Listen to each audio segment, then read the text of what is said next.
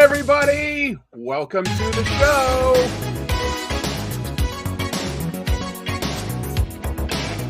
We got some music. All right, welcome to the show. I'm actually going to stop that because you know what? You probably want to hear me talking instead. Welcome, very much welcome to the Weekly Spinner Rack. That is my weekly live show. I'm your host, Chris, and guess what? I appreciate you being here, so I don't just give you the salute. No, folks. You get the double salute. You've earned it. You've earned it. Let's see who's in the chat room today. Let's see. Hello, Mikado. Hello, A-Man. And Esoteric Chinese Food, D. Campbell. We've got Evan and Andrew. Hello. Hello, Gray. Hello, Jamilin. Hello, Sean Ali. And let's see. Will you meet the new kids? There might be a surprise guest star today. That's my sister Jean there. Yeah, something changed. I'll introduce it. Somebody making joke about we'll just greet some people that are here. Double salute back at me. Thank you for being here, Andy. That's awesome. Hello, Big Gay Dave. Big news. Hey, I mean, just more personal news. I shouldn't say like big news. It's not like I'm saying like, oh yeah, I'm writing Doctor Strange. Let's see. Do I have a Phoenix Jones comic? I think he gave me one of his copies of his comic. It's okay. It's actually kind of in bad taste in a way. Let's see. Let's get started. Meow. All right. I think that's a good idea, actually. Tell you what. And hello there. Lovely to have everybody here. Yeah. By the way, that was sarcasm. I'm not writing a comic book, although I am talking with a publisher about writing a comic book publisher about writing something, but I can't tell it. It's too early. It's too early. Tell you what, let me add something here. If you want, I now have a P.O. box, and some people have been sending, there we go, some of their own comics my way. And every once in a while, I'll sort of do an unboxing and talk about that on this channel. Just trying to give a little bit of a boost to signal boost to some of the hardworking people out there that are making their own comics. So if you want to do something like that, please feel free to send it. And the least I can do is just sort of go over it with an unboxing, maybe give like a little summary, talk about what strikes me as impressive about it. So anyway, just wanted you to know that is an option. Let's see. I've got a lot of news today. Normally, I might have, say, sort of one page of notes for myself, but today I have just over 2 pages. So I've got a bunch of news. That means I should probably get on with the first segment ASAP, which is going to just do some quick reviews. And there's not a lot of comics here, but there are some pretty cool ones that I came up with this past week. So we're going to talk about like, it's more just like recommendations than like a full in-depth review. But I'm always curious also to hear, what do you guys pick up recently? Doesn't necessarily even have to have come out this week, but if you've picked something out, shoot it to me in the chat. And that will be very cool. Let's get into this. This is pretty exciting for anyone that's into the history of comics. Miracleman. Almost more history than I really want to get into today on like this live show. Most relevant to the fact that this comic is in front of us is the fact that this is like, going back almost 40 years, at least like something like 35 years was where Miracleman sort of left off in limbo. This story has been printed before, but written by Neil Gaiman, art by Mark Buckingham, taking over right after Alan Moore's sort of reboot of this idea. And it goes into a new idea. What's cool, Mark Buckingham redrew this stuff because he had drawn this, back in, I want to say the late 80s. I don't have the exact date in front of me. Have I done a Miracleman, asks Andrew Jefferson. And I don't think I've specifically outlined the Miracleman history. I think it's hard to remember every video I've done. I know early on I did a video on Alan Moore, so I think I recapped Miracleman's history in that, but I'd have to go back and look, to be honest. If I didn't, then yeah, that would be a pretty interesting video. All I want to say is, this is like the idea of what if, Superman or some godlike superhero just decided to take over the world and run it, the way they saw fit. Well, that has basically happened in this. And our viewpoint to that is Miracleman has now had all these like sort of children that also have amazing superpowers. They run the world. There's no real crime or poverty anymore, although there's also, not necessarily a lot of freedom. Young Miracleman was Miracleman's, one of his two sidekicks. And he was actually killed before comic starts. Like those sort of adventures happen in the past. But with the technology that they have available now, they're able to resurrect him and bring him, because he died in like the 60s. So they're bringing him forward into the modern day and introducing him to a very different world. And it's pretty trippy, man. It's incredible, though. It really is incredible. And this issue comes with all sorts of things like Mark Buckingham's sketchbook and designs over the years. A lot of great extra material. I mean, this really is a prestige comic.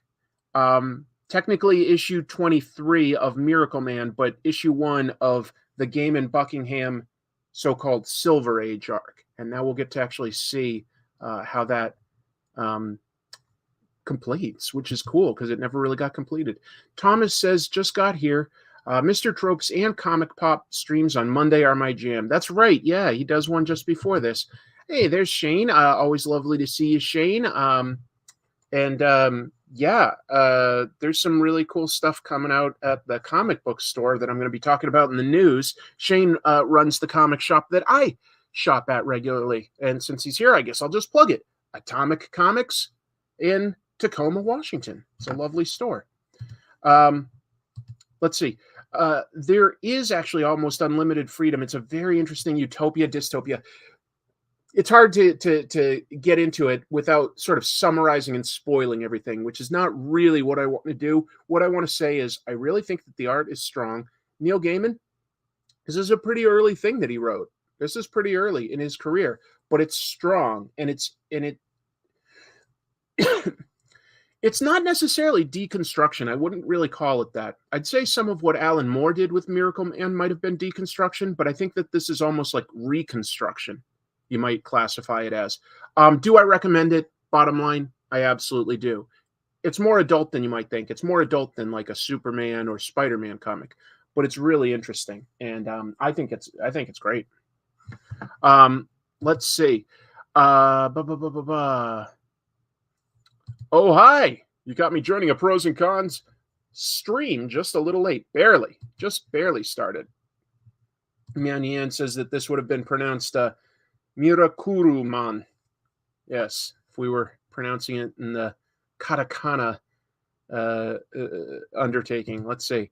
Hi, Chris. I'm the other guy on here besides you who grew up in Scituate. That's right. That's cool. Actually, technically, you're the third person here to grow up in Scituate because my sister's also in the stream.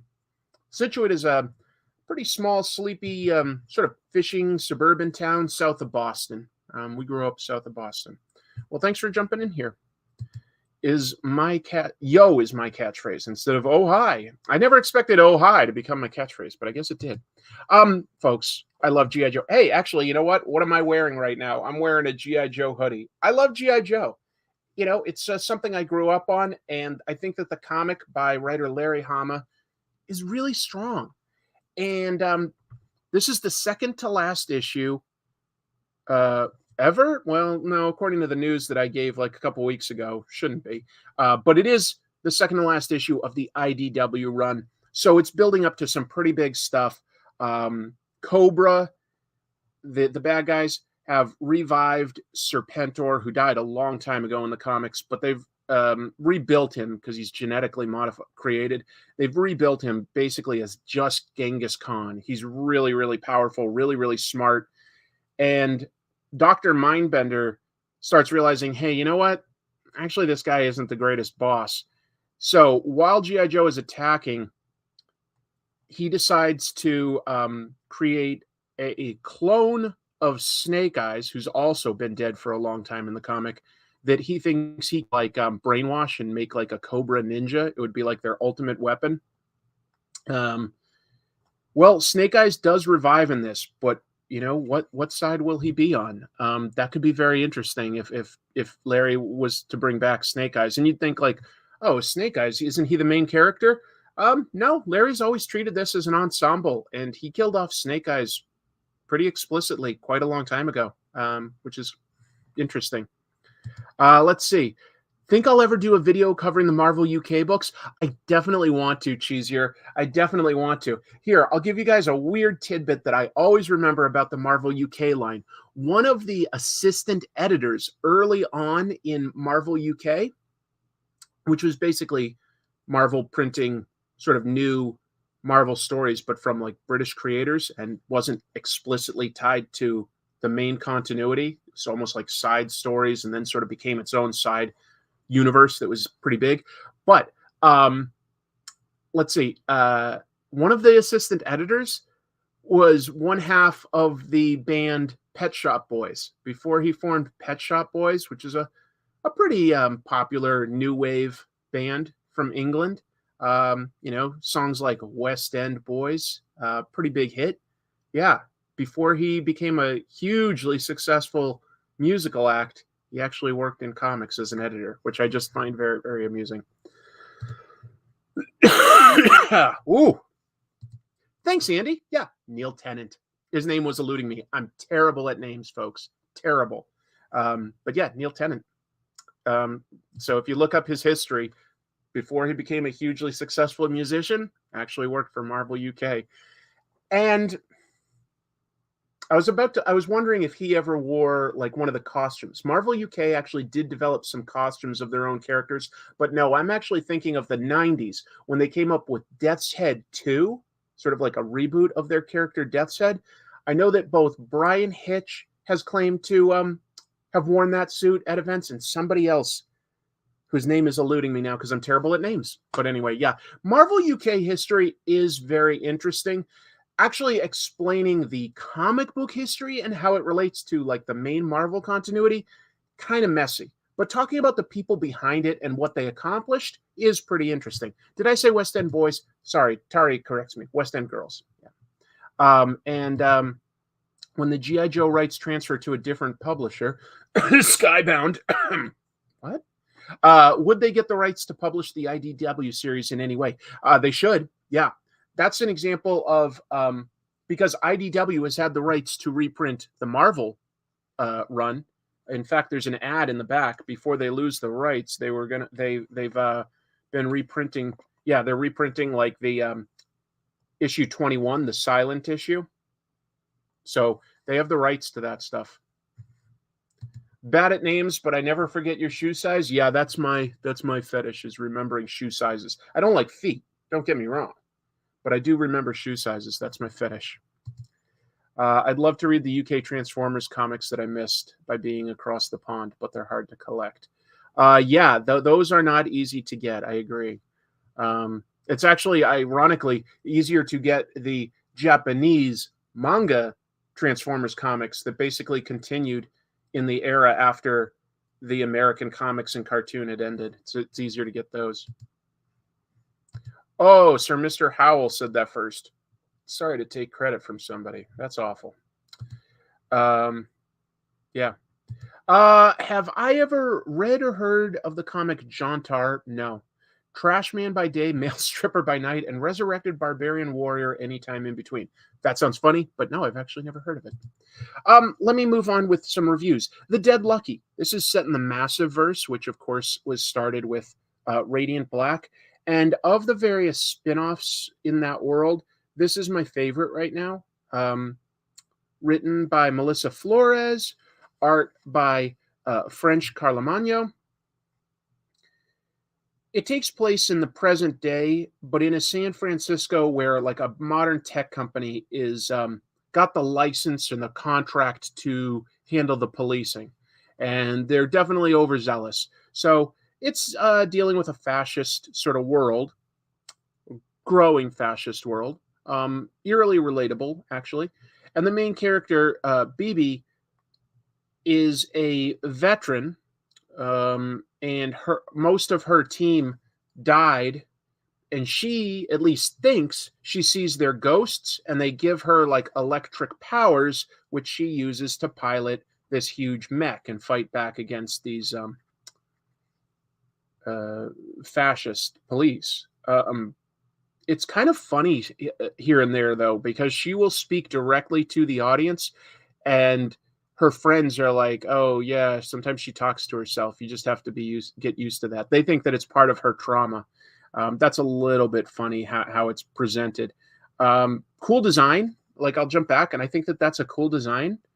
It's cool world building. The character herself is, definitely complex. I think that this is a good issue because it progresses the story and puts her in real danger, which I want to see. So decent. Let's see. Yeah, the fourth wall breaks are great. They're not quite like as funny as like a Deadpool or a She-Hulk. She's literally relaying some information to you as sort of like an occasional omniscient narrator. But when people even notice that, they just think that she's talking to like her deceased fellow veterans. It's kind of interesting. Last monthly comic I want to talk about is the latest issue of World's Finest, written by Mark Waid, art by Dan Mora, so you know it looks good. And basically in this character is known as the Boy Thunder. He came from a parallel world, which he was in a Gotham City in a parallel world that was like dying, and his parents sent him not off the planet like Superman, but into a new dimension, the main DC universe. And Superman and Batman are helping sort of raise him, along with Robin and the Teen Titans. He's obviously very powerful. He's got like basically Superman level power, but he's young and inexperienced and doesn't know the world. So it sort of blends some stuff between both Batman and Superman to create this new character. And I keep saying "and." This is like the longest run-on review ever. You know what? It's an interesting story. If you like Mark Waid, you like Mark Waid. I think most people know what Mark Waid does these days. He's pretty good at building likable characters. Kind of lighthearted adventure, but that like eventually like the stakes keep growing throughout an arc. But it sort of starts at a kind of base that's not too crazy. This Dan Mora guy, man, he's already obviously gone places by being on a title with Batman and Superman, but I sincerely think he's going to get even bigger. He has done some creator-owned stuff, but it's mostly been like writer-driven. If he ever sort of comes up with his own idea that he does through an Image or a Boom or something, I could see him becoming even bigger. I really can. He's just got a very, very easy to read style that the more you see of it, the more distinct it becomes. It's really appropriate for comics. It's nice open line work for the faces so that you can sort of project yourself onto the characters. Still expressive. Great at varying up the angles that you're using for the storytelling. Great at drawing architecture and environments. Great at drawing vehicles and equipment. It doesn't seem like there's much in the way of shortcuts, although it's deceptive. It seems like it's like really easy to draw because he uses very dynamic, easy to see shapes. If we're looking at Superman's abs here, it looks like, a bunch of squares, essentially. Like it's pleasing to the eye because we can see the circles and triangles and squares that are making this all up. But it's more complex than it looks, trust me. But it's easy to read. That's what's important. So I really have been enjoying this, I have to admit. Yeah. Let's see. Once in Future is amazing. I have picked up the first trade of that. I've only skimmed it. I haven't read it in depth, but a lot of people say they really like that. Are they setting him up to be an evil Superboy? I'm not sure that that's really the goal here, to be honest. I don't. He might be misguided in some way at some point, but so far not. And Andy seems to agree that Mora is killer. He's, it's nice. Sometimes you just see somebody that really clicks with what you like, and that's right now. Dan Mora is one of those for me. It's exciting to discover that. Hey Joe, nice to have you here.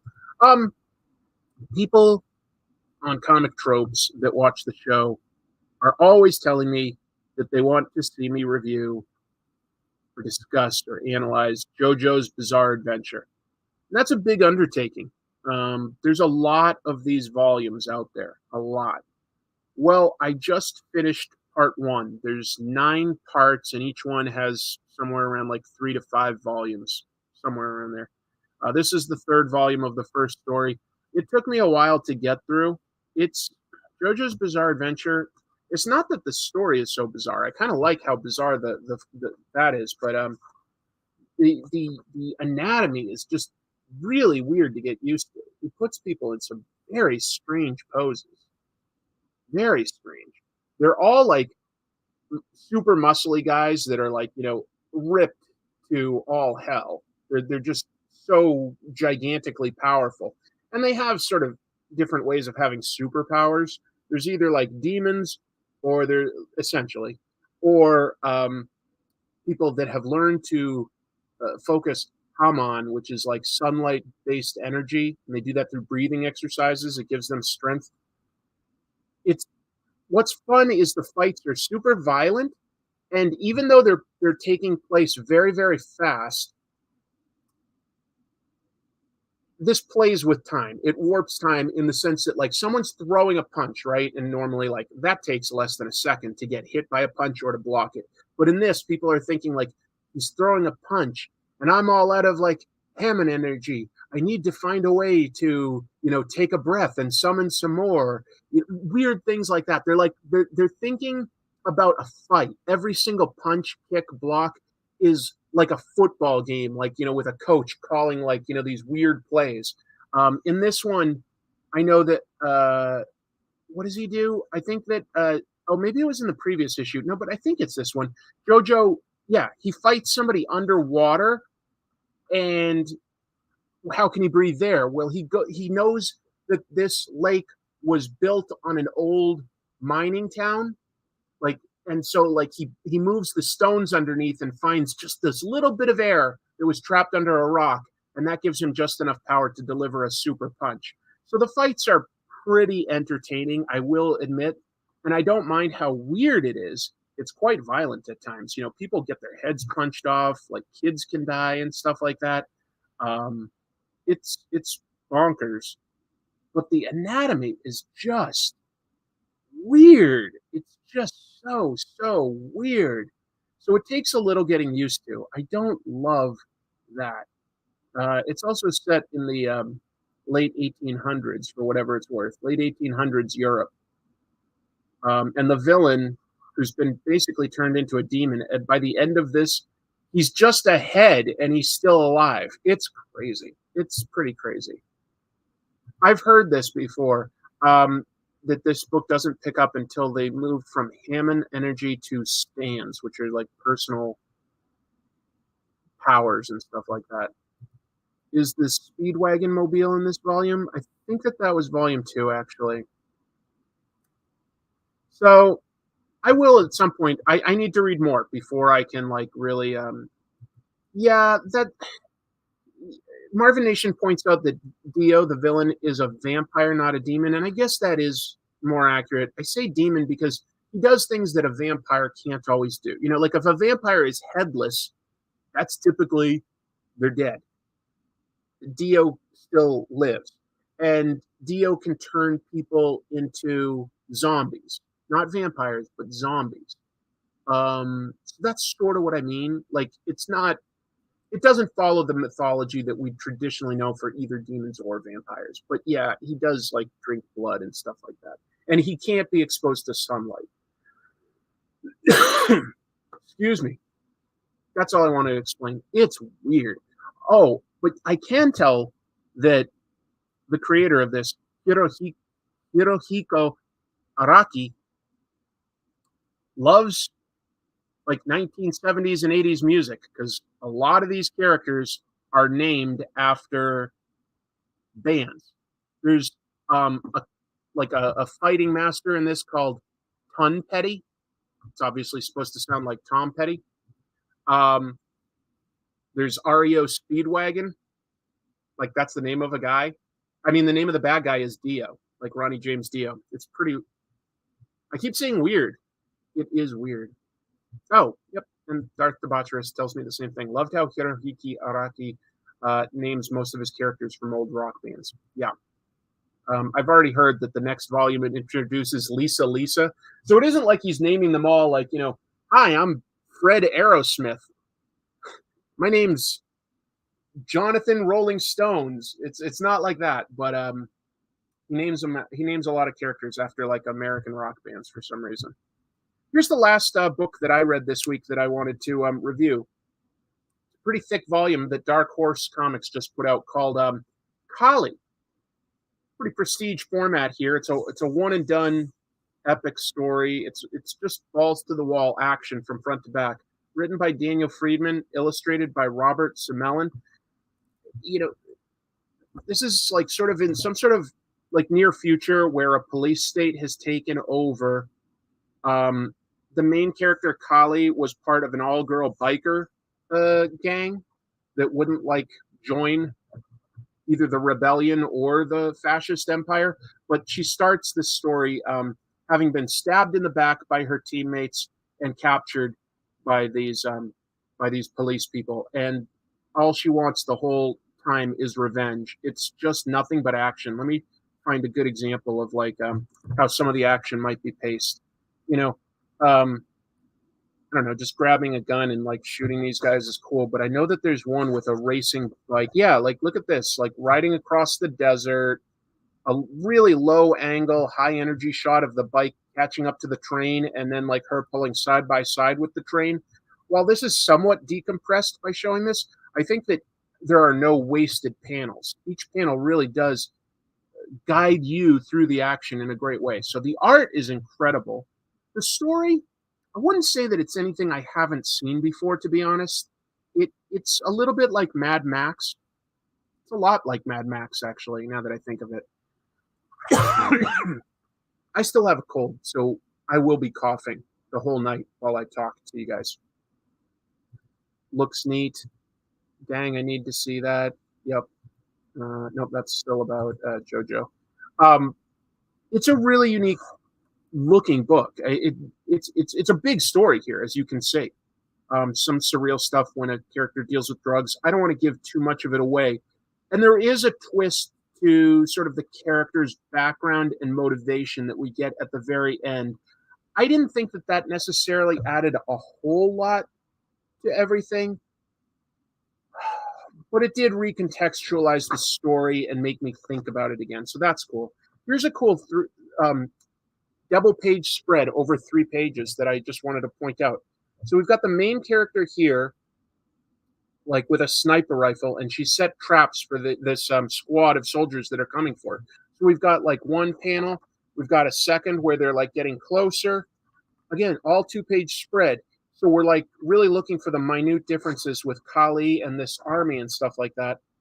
And what I didn't notice on this page as they got closer and closer, I just noticed like Kali getting shot in the shoulder here. Sorry, there's 4 double page spreads. All of a sudden here, there's a sniper that is actually like, they've colored it like very similar to the Rocks. So I didn't even notice this character at first.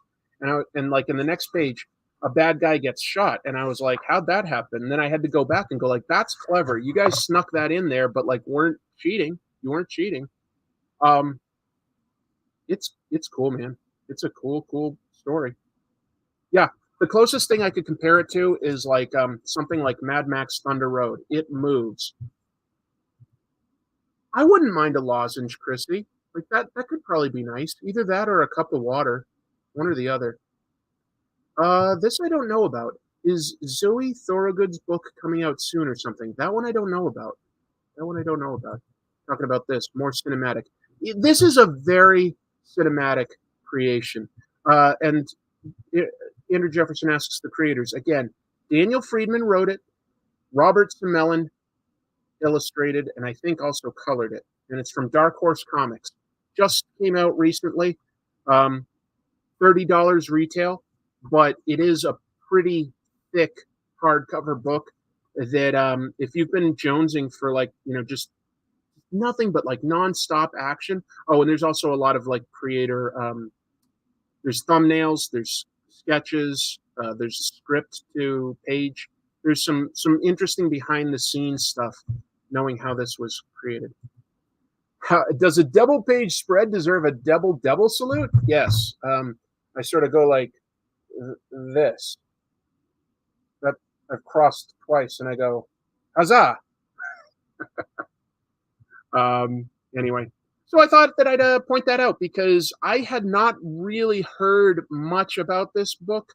I heard a small description, so I went out actively looking for it. I don't know how many comic stores will have ordered it, because I have to admit that I'm not super familiar with who Daniel Freedman and Robert Sammelin are, but they must have done some other stuff before because it's very good. Like, it's very polished. So they must have done some other stuff that I'm just not super familiar with. But I thought it was worth showing to you guys. Double salute. Huzzah indeed. Yes. And then I also picked up a cool back issue here. This is the monthly Star Wars book that Marvel was doing at the time. The best issues were when they were adapting the movies. This was Empire Strikes Back, art by Al Williamson. It's incredible. Fantastic. But I've got lots of news to talk about, and I've got some art here. You can probably see that somewhat faintly, but I'm going to talk about it. This is going to be Black Adam versus Captain Marvel or Shazam, whatever you want to call him. It doesn't make sense to me to call him Shazam because that's what he has to say to become Captain Marvel. Like, the movie didn't even give him a name, basically. He just says Shazam. I don't get it. Thank you for the super chat. No comment. Well, thank you for the super chat. That's super nice of you, actually. Tell you what, let me give a non-spoiler overview real quick of Black Adam, because that was a pretty big comic book related movie release that just came out, and I saw it last Thursday. I'm not going to go into any spoilers, just to be clear. I'm just going to give some quick overview, because maybe you've seen it, maybe you haven't. Maybe my opinion will track with yours, or maybe it'll be different.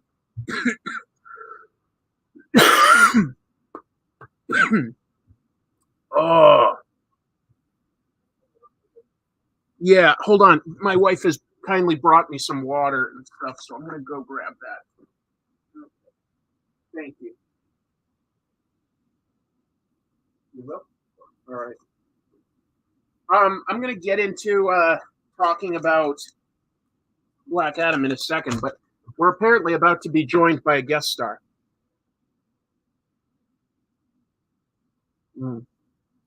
Simple as water. It really helps my throat. It just keeps drying out. I feel like I'm over a cold. So I don't know if it's an allergy, a post-nasal drip, or the cold just isn't leaving me because I need like some penicillin or something like that. I don't know, but I just can't stop coughing. All right, hold on. Here's a guest I think you guys will like. All right, let me see. Who we got?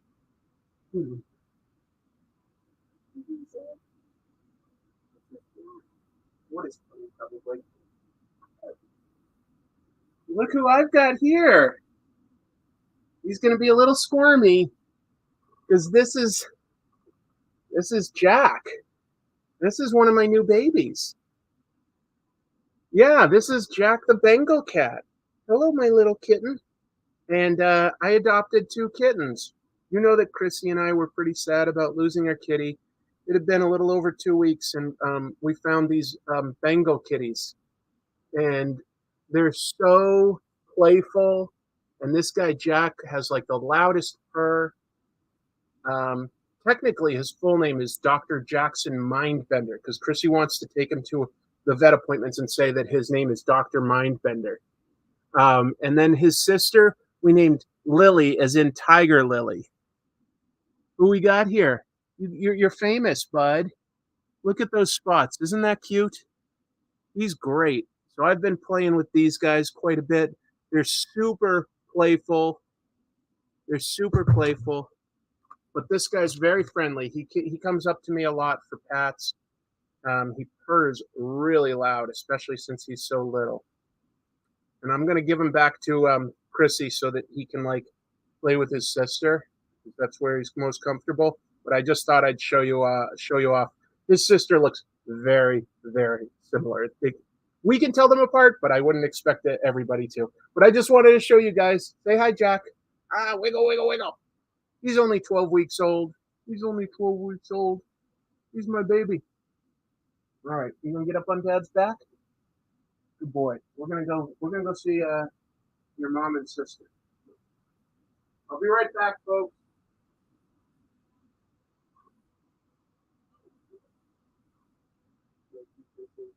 I really appreciate that. That was definitely fun. All right. Thank you for indulging me there. It's a big part of my life. I'm very happy. They're so fun to have. Jack and Lily are great names. It seems to fit them.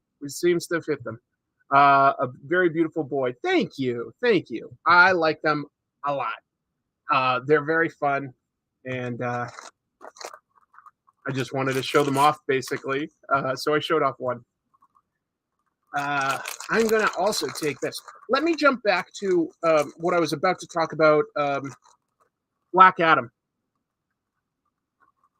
It was pretty good, I'll say. There was things that I liked about it quite a bit. I think that the action in it, as far as a superhero movie goes, pretty well executed. I think that the special effects are very, very good. It's the same stuff people always say about The Rock. He's charismatic. He can carry a movie, no problem. It basically looks the part. Black Adam's interesting. It was cool to see the Justice Society of America on in a film, in live action. That was cool. They tie it into the broader DC universe with a lot of little cameos, things that tie it into the Suicide Squad and Peacemaker and Justice League. And the bad guys are Intergang. And if you don't know Intergang, in the comics, Intergang is, a gang with technology supplied to them from Darkseid on Apocalypse. So while they don't mention Apocalypse or Darkseid or anything like that, Intergang is mentioned. That's where they're from. I would say where the movie falls down are in two areas. The movie's called Black Adam. I wanted it to be about Black Adam. He's the center of it. I wouldn't say that he's always driving it forward. There's like a mother and a son, and they're from the comics, but they're really the ones that are sort of like driving everything, although the mother is vaguely some sort of freedom fighter for the fictional the country of Kahndaq, and that is where Black Adam's from. Some sort of vague Middle Eastern country, probably in the former Soviet Union bloc or something. She's the one that's trying to secure Kahndaq's freedom from Intergang, who's exploiting them for the resources. Intergang is going after this element called Eternium, which supposedly hurts Black Adam, but there's my second part, is nothing really hurts Black Adam, to be honest. He does not have something that's on the level of kryptonite. No one ever knocks him out, really, or knocks him down, even. And if you don't know, The Rock has a rider in his contract that he can't lose a fight on screen. He can only tie at worst. When you sort of know that and you go in, you're like, wow, Black Adam's really walking all over everybody. A lot of superhero movies or action movies in general, by the end of the second act, the hero will have been dealt a serious blow by the bad guys. They'll have lost something, usually a fight, but maybe like a loved one or something like that. They're at their lowest point, and they have to rally with something clever or courageous to overcome the odds. And I won't go too far into it. All I'll say is that, like, in this, Black Adam just sort of voluntarily surrenders at a certain point. He's like, you know what? I think I'm a little too out of control. And I think that was supposed to be that moment. Instead of like getting beaten, he just sort of voluntarily surrenders. I feel like it takes away some of the stakes. I thought he looked great. I thought the action was fun. And it had some funny one-liners. It felt like, I would say I might have even enjoyed it more than, say, the last Thor movie, which I thought was pretty uneven. I wouldn't call this necessarily uneven. I would just say that the focus, in my opinion, should have been more on Black Adam and his history. We get told that kind of stuff. We get shown some of that stuff, but there's a lot of supporting characters in this. That there's 4 members of the Justice Society.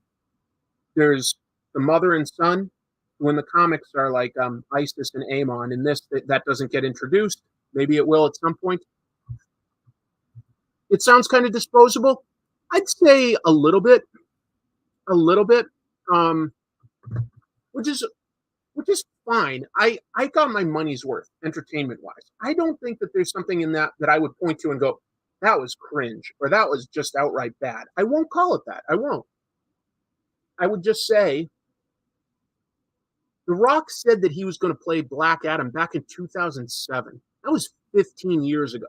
Now, I know that it got like sidetracked all sorts of times, but over 15 years, they couldn't have come out with like basically a perfect script somewhere in that time. Like gone like, you know what? It might take a while until we get it, but I'll tell you one thing. We've had enough time and we've got like the perfect script. That's 15 years. 15 years. Jim, always nice to have you here, buddy. Something that is much more important than Black Adam is the legendary cartoonist Charles Burns. Love the new Black Hole video, Chris. Very well done. That's so nice of you. Yeah, latest videos about Charles Burns on my Comic Tropes channel.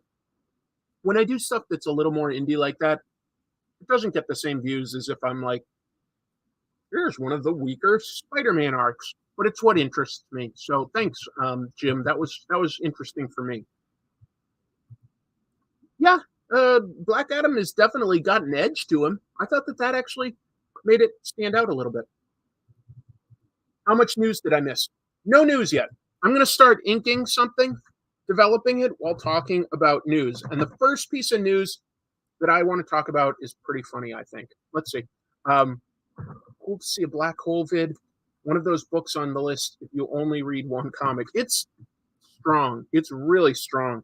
Charles Burns, man, he's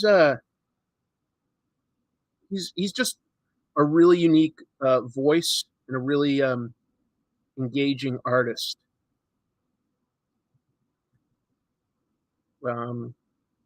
Somebody that's had quite a bit of success, is in my opinion, because Black Hole has been seen in the background in some pretty big movies. It was like basically a plot point in one of those 3 recent Planet of the Apes movies. I can't remember if it was the second or the third one.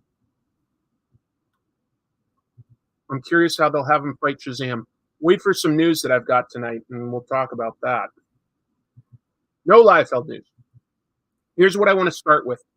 I've mentioned before, a comic that I really love is Spy Family. It's a really funny manga with great art, and I want to talk about that. Let me acknowledge this. Thank you for the super chat, Steve. Would you rather have Spider-Man powers or Hulk powers? Definitely Spider-Man. I would love to swing. Burns makes nice things. He's fantastic. Sorry about the lozenge, but if you hear like a few clicks or something, I sincerely think that's more pleasant for you than my coughs. So those are the options. So Spy Family, why am I bringing that up? Well, because this is some sort of Spy Family news, but not quite about the manga or the anime. No, instead, um, they've teamed up with Burger King. In fact, you know what? While I'm talking, I'm going to pull up an image that I can share with you guys. Hold on. Um, I'm just typing something in here. So they've teamed up with Spy Family and Burger King have teamed up, and I'm going to show that here. Yep, perfect. I found a page that has it. Let me add that here and add a screen so that you all know what I'm actually talking about. Add to stream and click on this. Let me scroll down. That's an ad for the food that they have. I thought that there was a picture of the actual store. Let me jump back, actually. I'm looking for an image. Spy Family Burger King. This is only in Japan. Just to be clear. But they've remade several Burger Kings to look as though they are in the fictional world that Spy Family takes place in. As in, yeah, it says Burger King Berlin. Berlin is the fictional capital of the fictional country of Occitania. Burger King Berlin. And if you look up at the that little girl that's peeking over the sign, that's Anya Forger. So there we go. Yep. Spy Family Whopper Edition Delicious. Spy Family is really funny. I won't get too deep into like what it is, but it's a really good manga. And the daughter here, Anya, she's really precocious. She's pretty funny, honestly. And her favorite food is peanuts. She just loves peanuts. So what has Burger King done? They've come up with burgers that have peanut butter on them, which apparently some burger places just do. I didn't know that that was really a thing. They've got one that's like a burger and a chicken sandwich with peanut butter. They've got like a burger with bacon and peanut butter, and then they've got like a burger with peanut butter and jelly. So you can get that now at Burger King. If you go inside, all the walls are covered in like photos of the family. So they've made it like look like they're there, and they've got pictures of them on the wall and things like that. If you look closely, you can actually see Anya is like by the door, ready to greet you when you come in. So let's see if they've got any other images on this one. Nope, I guess not. All right. But I thought that that was kind of funny and wanted to share that because, you know, McDonald's in Japan has teamed up with some really big manga / anime. I know they partnered with Gundam at one point. I'm trying to think of another one. But usually, if anybody's going to team up, it's going to be McDonald's. But Spy Family is like one of the fastest growing popular manga. So I got a kick out of that. I need a Fist of the North Star veggie burger, says Human Falafel. That's great.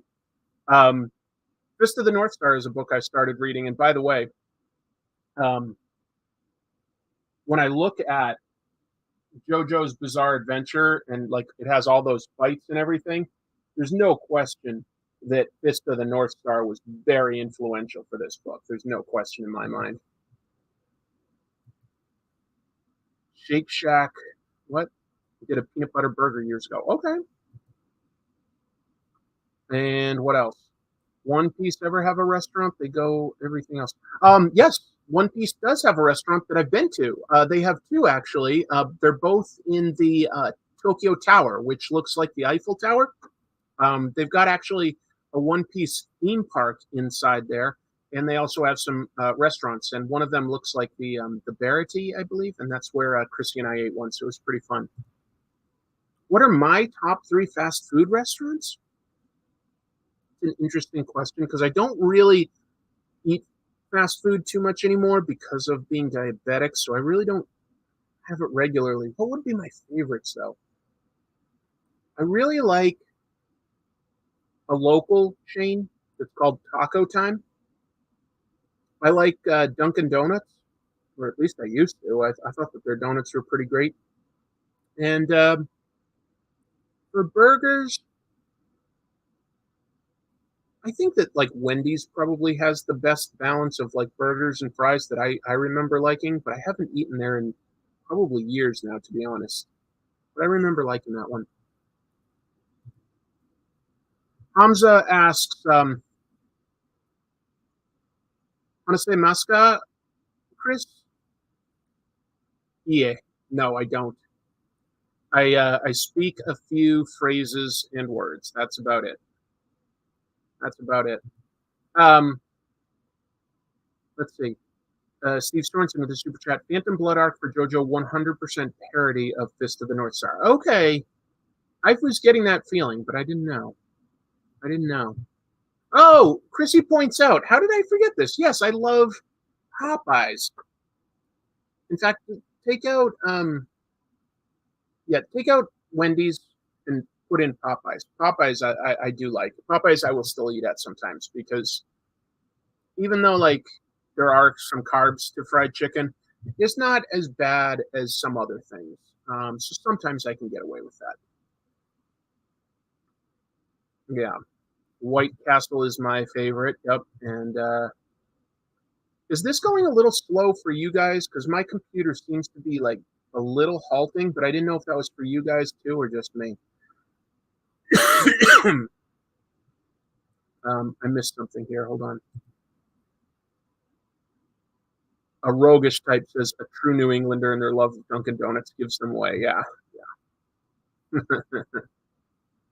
What can I do?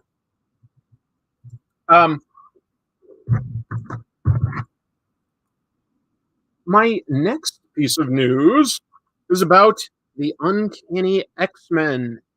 Those poor fellows, they can never get over, can they? They'll never be popular. No, I'm kidding. Obviously, the X-Men are perennial favorites by lots and lots of people. And there is going to be a dedicated convention to the X-Men, and it's called the Uncanny Experience. Yes, Sergio, I tried to cut out as many carbs and sugars as possible because of my diabetes. Yes, I tried to. The Uncanny Experience. So I'm announcing this because it just sounded different and unique, and some people are huge fans of the X-Men. It's not happening until all the way in September of 2023. I think September 16th and 17th. Yeah, I'm looking at my notes. It's in Minneapolis, Minnesota. And like I say, it's a convention for nothing but X-Men. It will have some pretty good guests. It has Chris Claremont. Hey, if you're going to have a writer, I think he's the one to have. They will have voice actors from the 90s X-Men cartoon. They've got Cal Dodd, he did Wolverine, and Lenore Zan, she did Rogue. And they have animation director Larry Houston. He was the one that oversaw the X-Men animated cartoon. He also, thinking of like G.I. Joe stuff, he oversaw the animation for the opening action sequence in G.I. Joe the movie, which everyone knows is literally the best part of G.I. Joe the movie.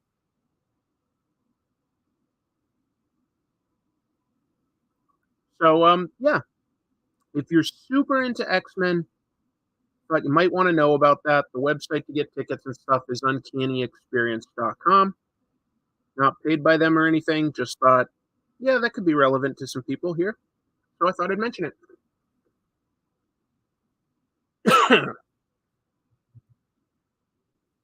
Is this official from Marvel or fan created event? Not fan created, but not official either. Like I forget the name. It's a partnership between like an organization that puts on events and AIPT Comics, which has like comic book news and stuff like that. Oh, and it's set. I should have mentioned this. So it takes place in Minneapolis, right? It takes place in a place. You can Google this. It's called the Minneapolis Club. In fact, why am I telling you? You can look it up. I'll look it up for you and show you an image of it because it kind of looks like the X Mansion. So let me pull up an image of it and I'll show you that. Bear with me. Can't help it. I keep coughing. I'm sorry. Yeah, this is it. The Minneapolis Club. That's where the uncanny experience will take place. And, you know, doesn't that look at least a little reminiscent of Xavier's mansion? I feel like it does. It's an actual club. Like, that's what it looks like inside, but you can set it up for all sorts of events. Obviously, they have things like weddings and stuff. But, yeah, so it'll be... Oh, and it's sort of immersive, as in you go to a convention and, cool, they've got the guests and stuff. Well, at this one, they'll give you your own unique ID badge that says like Xavier Institute, and it'll have your name, and I think you can choose like your mutant power on it, so you'll get an actual like ID badge. Let's see. Favorite X-Men not Wolverine? X-Con, I'd go. Favorite X-Man that's not Wolverine? Good question. There's so many great ones. I'm a pretty big fan of Kitty Pryde. She's pretty awesome. Nightcrawler's also usually awesome. Yeah. Speaking of X-Mansion, wasn't it also featured in Black Adam as the JSA HQ? I think that was the same building. Yeah. If it wasn't, it just looked a lot like it because the Justice Society and the Black Adam movie have like a plane that rises up out of the ground. It really is super reminiscent of the Blackbird in X-Men. Super reminiscent. Oh, wow. Storm. How did I forget Storm? Storm's pretty awesome. Storm's pretty awesome.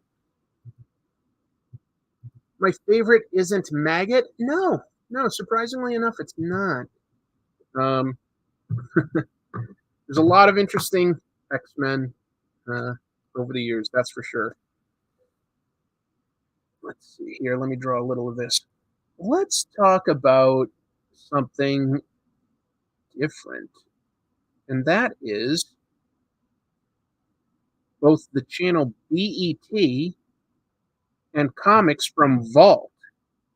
Hopefully you guys have heard of Vault. You know, they're a smaller press, but they've been around for a little while, and they've put out some stuff that's recognizable. I want to say Giga was one of theirs that did pretty well. Anyway, they're teaming up. Teaming up how? BET. Oh, Art Cam. Right. Sorry, folks. You're right. I was drawing and I forgot to show what I was doing. BET announced that they have hired a showrunner for a adaptation of a Vault comic, and that guy will be Gerard McMurray. What's he done? In terms of recent stuff, he did the first Purge, not the first movie in the Purge series. It was called The First Purge, which was actually the fourth movie in the series. Yeah, so he's going to write, direct, and executive produce a show for BET based on the Vault comic Resonant. I don't know how many of you know Resonant. It's basically a post-apocalyptic thing where these events called the waves came and they made people act on their most violent impulses. The main character in this is a father with 3 children, and he has to sort of journey out into the dangerous world to get medicine for his youngest, who's sick, and he gets sort of attacked, and the kids go out to find him, and they all get separated. So it's all about that family just sort of working, going on to this epic journey to find each other again. And it's intended for the BET streaming service, which I have to admit I did not know that there was one, but I probably could have guessed. Uh, you know, it's it's created by black comic book creators, a black showrunner for BET. Could, but from everything I saw, like in terms of previews for the comic does look quite good, like well executed, original. Like it's all in the execution, they say. And so who knows? Maybe this could be something pretty cool. I thought it was at least worth mentioning. Let's see what people are saying. I never liked the Purge series. The writing and acting is so bad. I kind of like the second movie in that series, which had the guy that played Crossbones in the Marvel movies. I'm forgetting his name because, like I say, I'm terrible at names. The second one was okay. I've seen them all because I'll watch anything, but yeah, they're not great. How do I feel about Garth Ennis's Crossed? I haven't read those. That's like a post-apocalyptic sort of zombie one, right? I think Chrissy actually has an issue of that from one of our trips to New York, but I've never read it. So unfortunately, I don't have a good opinion to share. Thanks, everybody. I can always count on you guys. Frank Grillo. Yep. Yes, just to be clear, this adaptation of Resonant is intended to be live action. So, thought I'd mention that. Let me talk about something that's comic book adjacent for the next piece of news. But let's see. I might be in the minority here. Oh, yeah, but I love the BET Black Panther motion comic. I think that was pretty well regarded as far as a motion comic goes. Like, it had good art. It was a good story. A motion comic is like kind of frustrating a lot of the time though, just because you're like, it's not fully animated.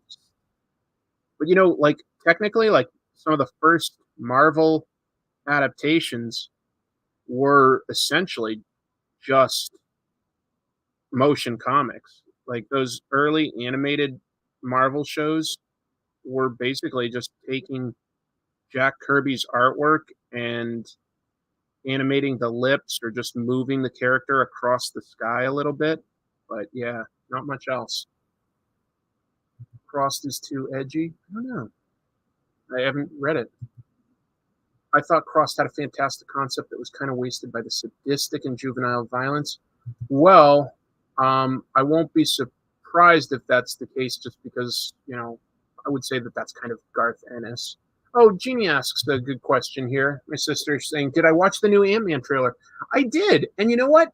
I thought it looked cool. I do. Kind of looks like more of a Guardians of the Galaxy type of movie in a sense, because Ant-Man and his family are traveling through the microverse, essentially, the quantum realm, but it's the microverse if you know the comics. That's what went into my head first.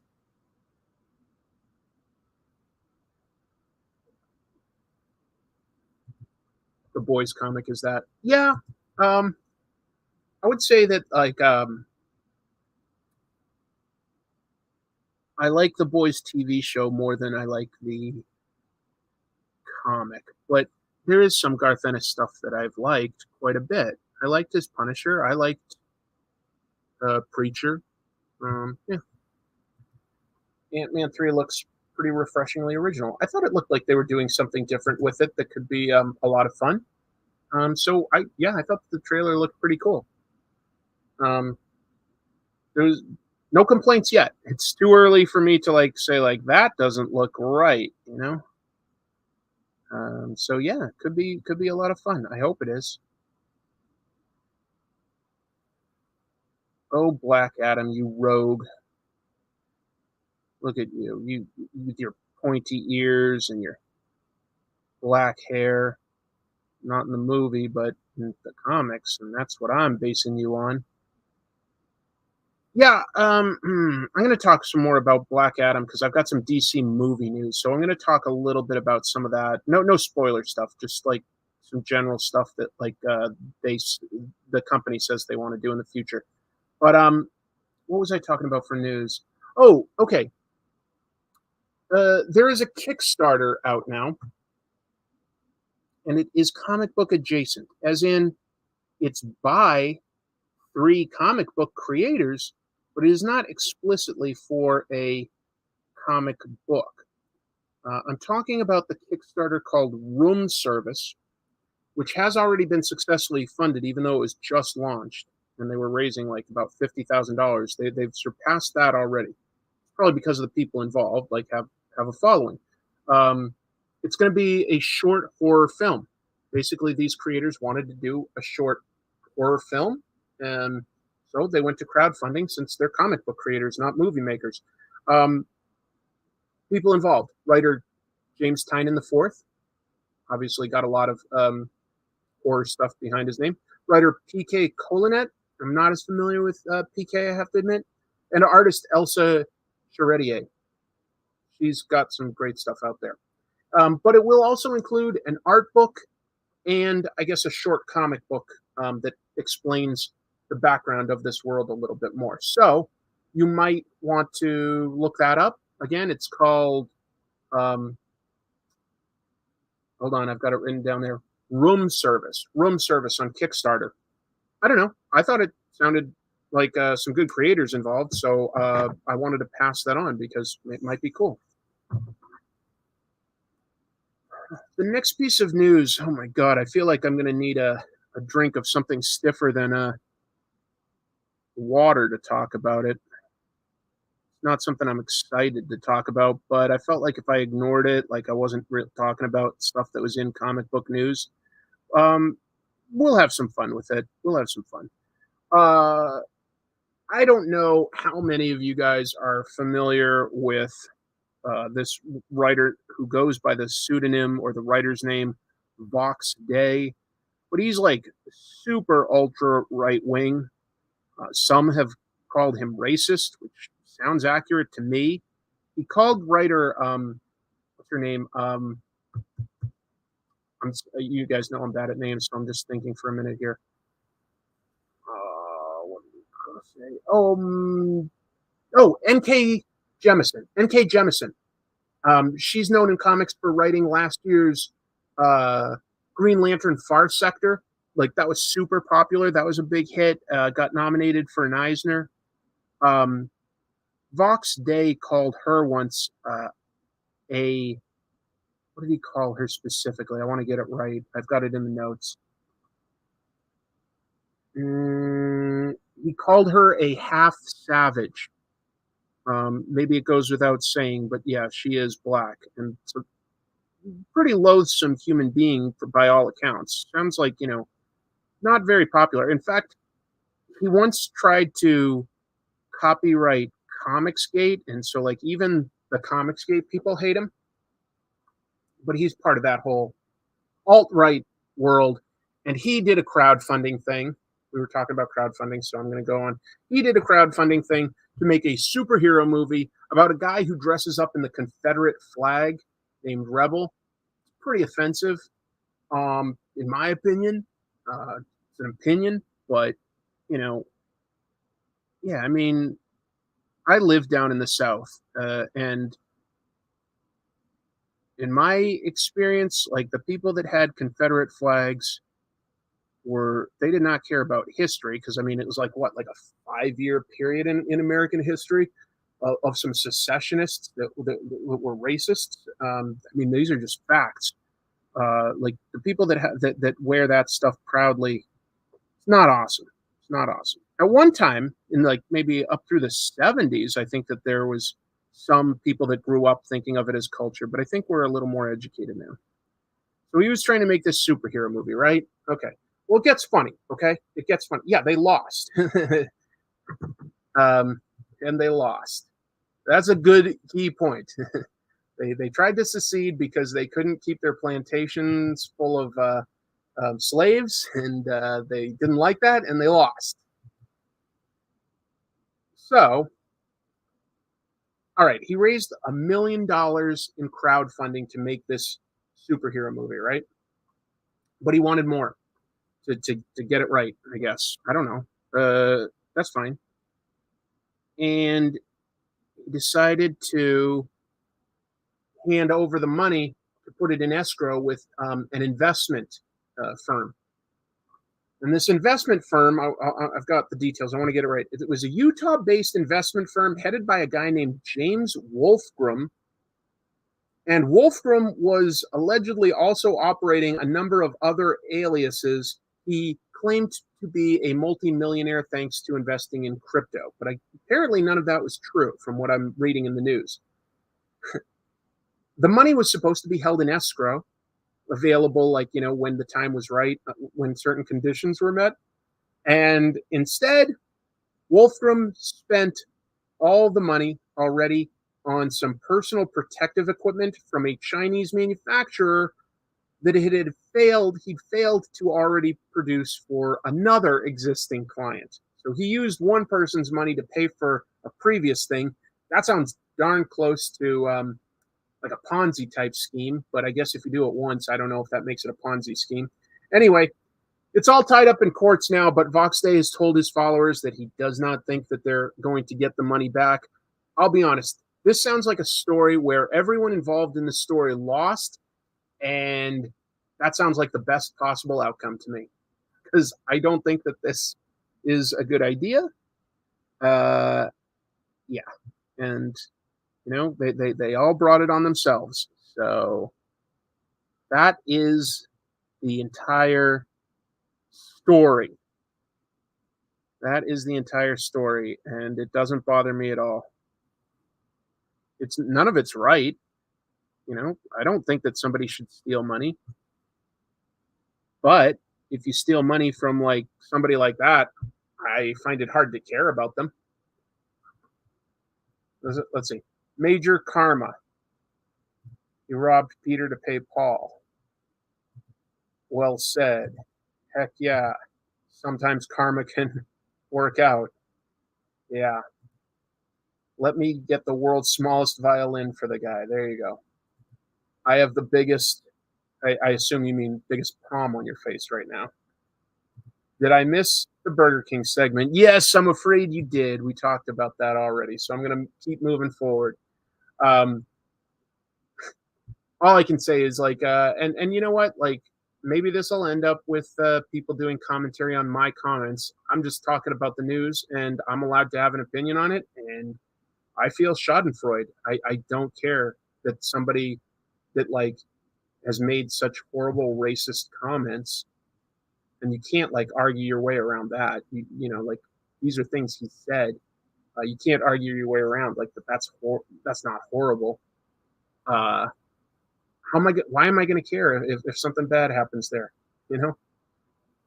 So that's that. Trust me, my next piece of news is way more fun and everything like that. Yeah, you know what? Tell you what, I'm drawing some of the I'm drawing Shazam stuff, right? Captain Marvel and Black Adam here. So let's talk about some DC movie news, because obviously that's been a big thing in comics this particular week as far as like what's come out. So I'll talk about that. Black Adam specifically, right? First of all, it did do very well.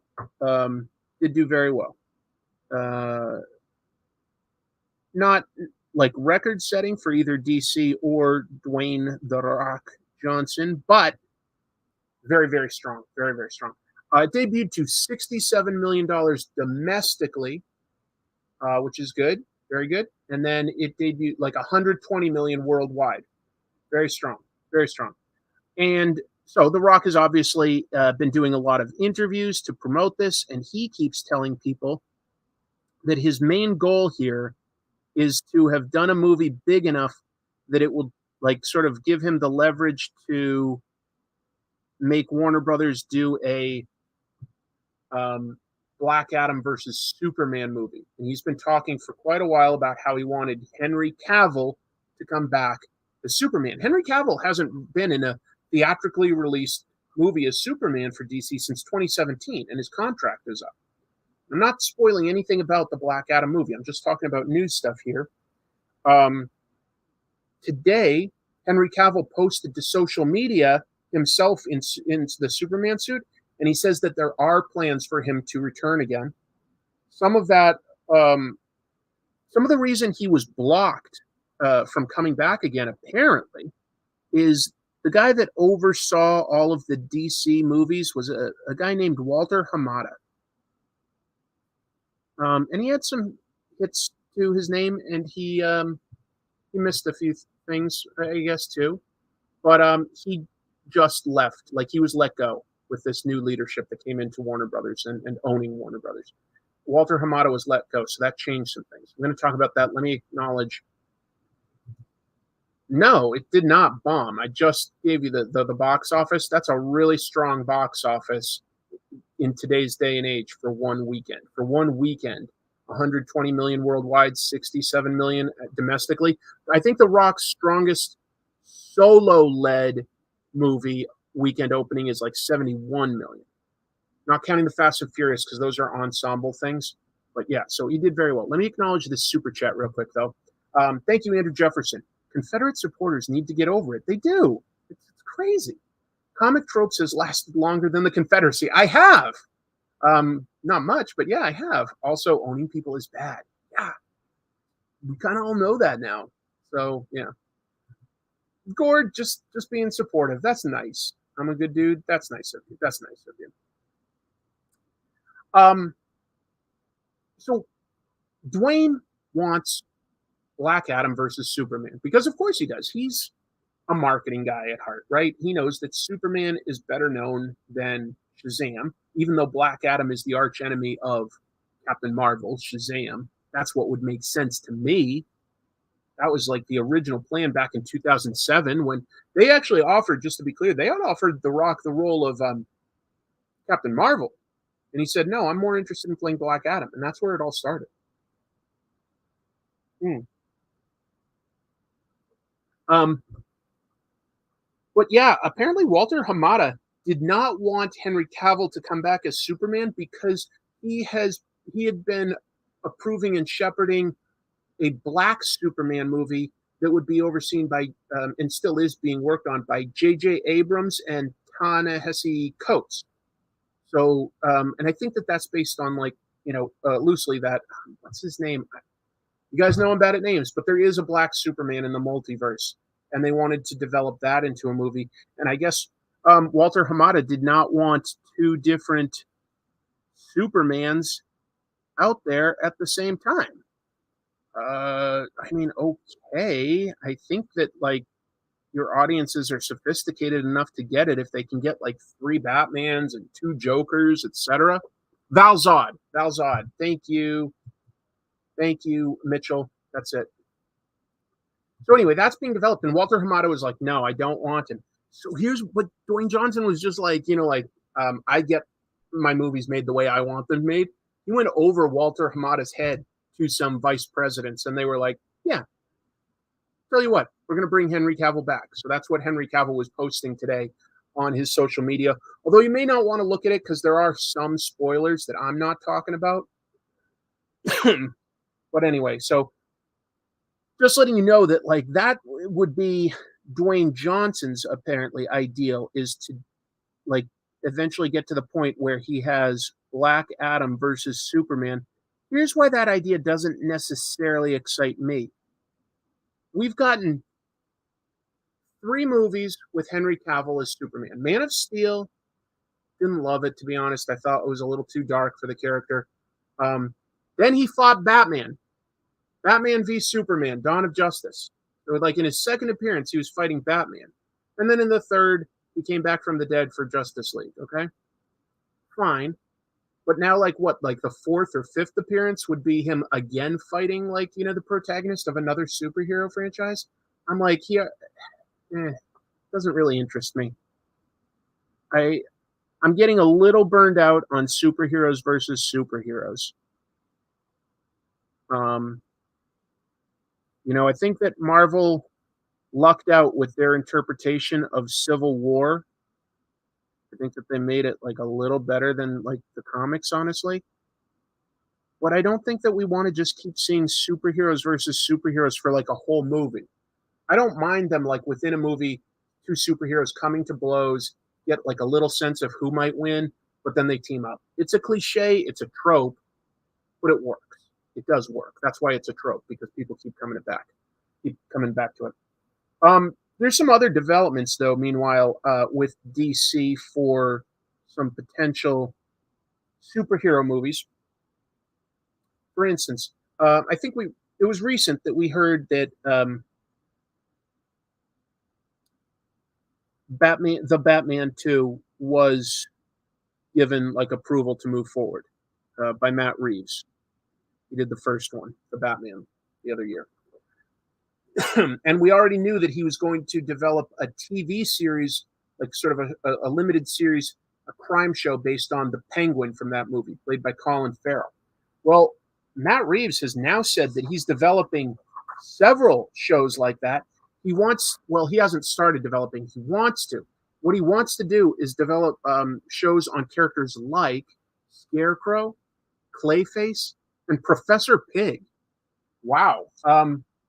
Yeah, I think I'd be all for something like that. I think that that's actually a pretty good idea to give some of those like a limited series so that we could sort of get to know them a little bit and then like use them to a greater extent in a movie. Professor Pig, that's a pretty new one. That sounds cool to me. A super powered character like Clayface in a live action setting, that sounds like a good idea. Matt Reeves going too fast. None of this is officially in development. Maybe he is. Maybe he is. We'll see. On a side note, have you listened to the Batman audio adventures on HBO Max? I haven't, but I have heard some good things about it. So maybe it's good. I don't know. I thought Matt Reeves was making a GCPD show. Was he? That one I don't know about off the top of my head. Yeah, Professor Pig would be a nice change. It's at least new. It's at least new. Bruce Campbell Clayface, please. Past his prime horror actor. That's an interesting idea. I wonder if they'd consider him too campy, but I know he could do it. I've seen him do some serious roles. If you've ever seen Bruce Campbell like in his episode of Homicide: Life on the Street or his episode of X-Files, he can actually do a pretty good job playing a very serious dark character. So maybe that could work. Maybe that's an interesting idea. That's really outside the box thinking, I feel like. Yeah. Clayface was originally a slasher turned serial killer. He can have a grounded Clayface. He doesn't need to have powers. Yeah, there've been 4 Clayfaces. I'm saying that technically like pre-crisis, because there were like, yeah. Who knows? But this was like all like an article on the Hollywood Reporter. They also said that a studio insider told them that James Gunn is angling to do another DC superhero movie. They don't know which one yet, but sure, James Gunn wants to keep doing superhero movies. I think he does a very good job on them, so I'm all for that. I sincerely have really liked all 4 superhero projects that he's done. And oh yeah, since somebody mentioned Bruce Campbell, did I pick up Bruce Campbell's Sergeant Rock? I did review it the week that it came out. So if you go back, if you ever look at the episode descriptions for these, after I air them, I go back and edit the description to have chapters so that you could jump right to a review like Sergeant Rock by Bruce Campbell, or jump to like a piece of news. So I go back and do that after it's aired. So I did discuss it. It was better than I expected. One last piece of news that the Hollywood Reporter had here, which I just was like, oh, wow. They said that, so without a new person in Walter Hamada's role yet, like there's nobody officially overseeing the DC Comics adaptations and connecting it and everything. And I know new president Zaslav says he wants his own Kevin Feige, but they haven't hired anyone yet. And they've let Walter Hamada go. Kind of unceremoniously, like they didn't even give him a producer job. They just let him go. Supposedly, all the producers that like work under Warner Brothers these days are just snatching and grabbing DC Comics properties to try to develop, because it's like it's said to be the Wild West. Nobody's overseeing any of it, so they're all just like pitching stuff, and like the executives, they don't really know about what's supposed to be connected and what's not, because there's nobody in that role, and they're just like, oh yeah, that sounds like a good movie, do it. Here's some money. It would be, I agree, Evan C., pretty hard to just find a Kevin Feige because Kevin Feige sort of developed in that role. Remember, it was originally he was working under Avi Arad. I don't think did great job all the way around, but he did at least help develop the Spider-Man movies, which I liked. Anyway, I heard he didn't want a producer job. I heard that they didn't offer him one. And they traditionally do when they let an executive go. They'll traditionally like give you a soft landing by giving you a producer job, but I don't know. Well, that's all the DC superhero news that I had. Let's talk more about comic stuff.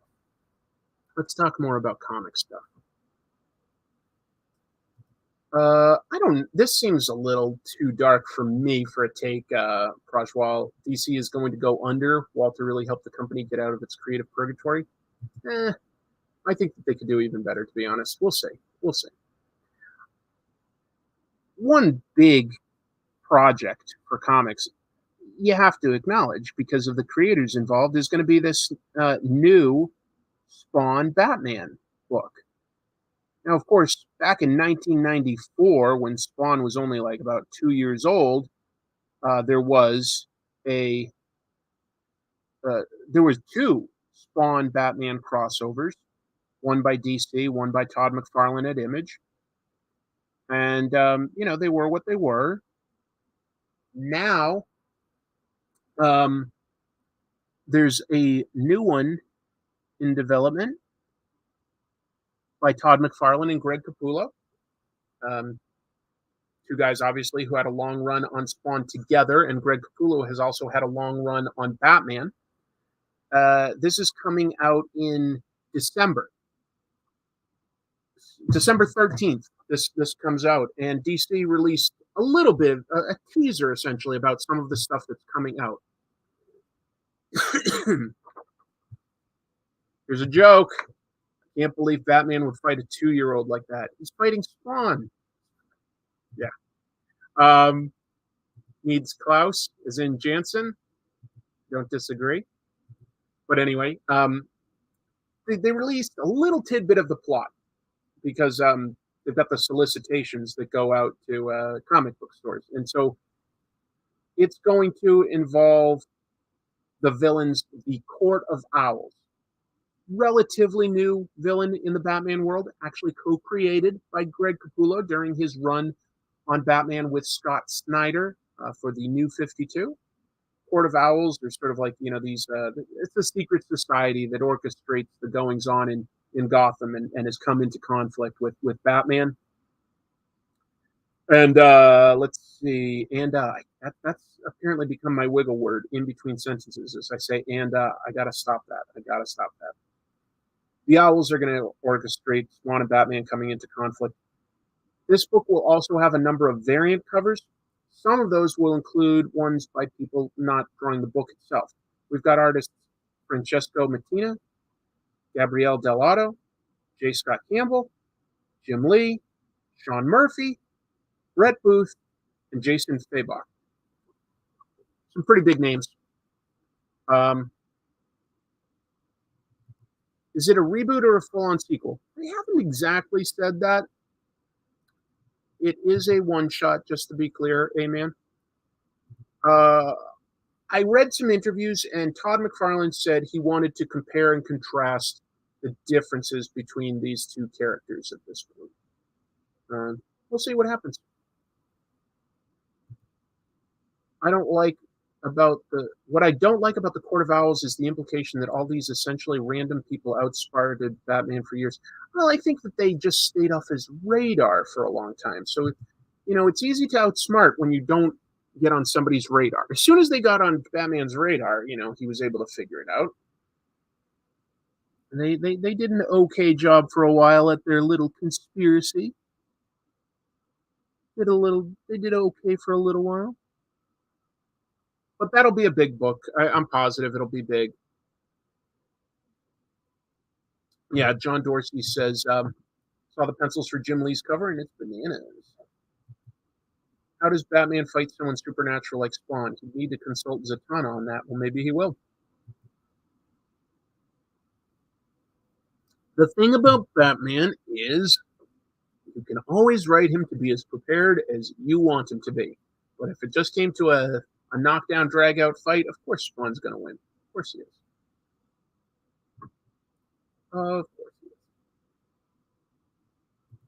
Vin tries to explain the Court of Owls thing by saying that could be blamed on the new 52 wonkiness with the timeline and no one really knowing how long heroes were active for. It's a good point. I'm going to be doing an episode on New 52, and let's just say that that idea needed a lot more time to bake before they made it go live because nobody had a clear idea of what exactly it was supposed to be. Nobody.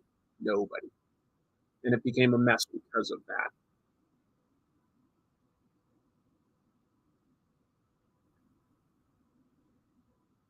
That happens. That's comics.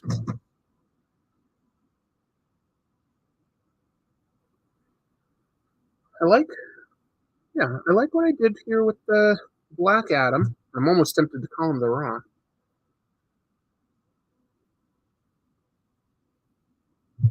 We'll just erase some of the pencil lines underneath. They sort of are distracting me. I don't think you guys can see them as well on the camera there, but I want to clean it up a little.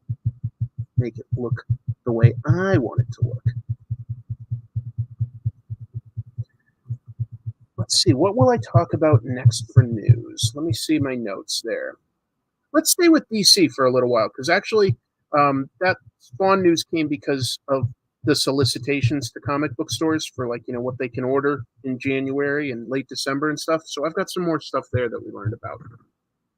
Hold on, I gotta block a user and acknowledge this super chat. Oh, hi, Chris. Are you surprised yet welcoming in real life, or do we just keep sneaking up on you? I'm always surprised. Oh, hi. Didn't see you there. I hope in real life that I am gracious because I sincerely appreciate all of you guys and what you make this show possible. I wouldn't do this show if there was nobody to talk to. So I'm very, very grateful for that. Very grateful. And yeah, I was really glad at New York Comic Con to meet so many dozens upon dozens upon dozens upon dozens of viewers. It was humbling. Some other DC stuff. Their next big event in January is called Lazarus Planet, and they say that it's going to flow out of the events of Batman versus Robin, which we have discussed briefly in the reviews on this very channel. And let's see. So Batman versus Robin involves the Lazarus Pits. They're giving them an origin. The Lazarus Pits, if you're not super familiar with Batman stuff or DC stuff, they're what Ra's al Ghul uses to keep himself young, basically. Yeah. Well, I guess there's more to them that we just didn't know until recently. And that's what we're learning in Batman versus Superman. And then following that, we're going to get Lazarus Planet, which promises to change a bunch of heroes in some pretty big ways.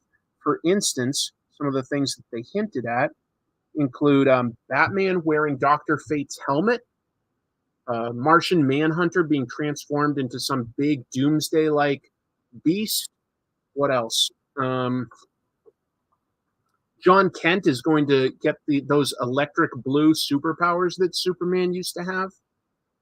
And apparently the Monkey Prince will play a really big role in this. Monkey Prince is a relatively new DC character that was created July of last year, July of 2021, by writer Gene Lun Yang and artist Bernard Chang. And Monkey Prince is like a demigod, like Hercules. He's the son of Sun Wukong, the Monkey King. So, yeah, playing off of some Chinese mythology there. And supposedly Lazarus Planet will give him a big role. So I'm kind of curious what they do with that. Monkey Prince, no, Mitchell. Monkey Prince. Prince. Last I had heard, the main Justice League had died. I am so out of it. Yeah, they are. They are dead right now. But I don't think that you'll be surprised that they come back at some point. I don't think any of us thought that they killed off all their big important characters, right? We all kind of knew they'd be coming back.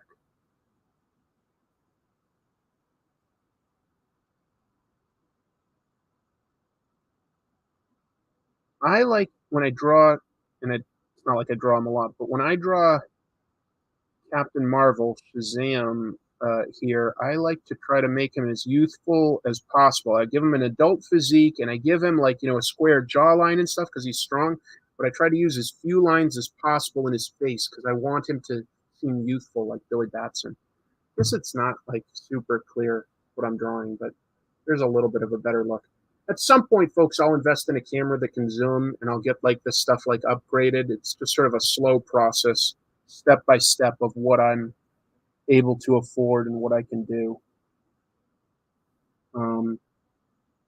YouTube isn't like going to make me rich or anything.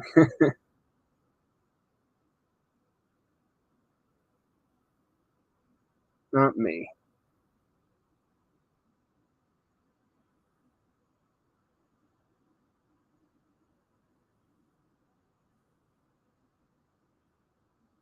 What to talk about next for news?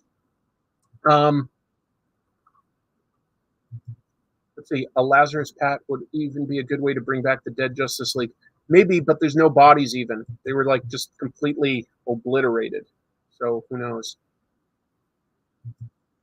I never understood who is the adult guy Bill turns into. His adult self. Uh, Different stories have played it different ways.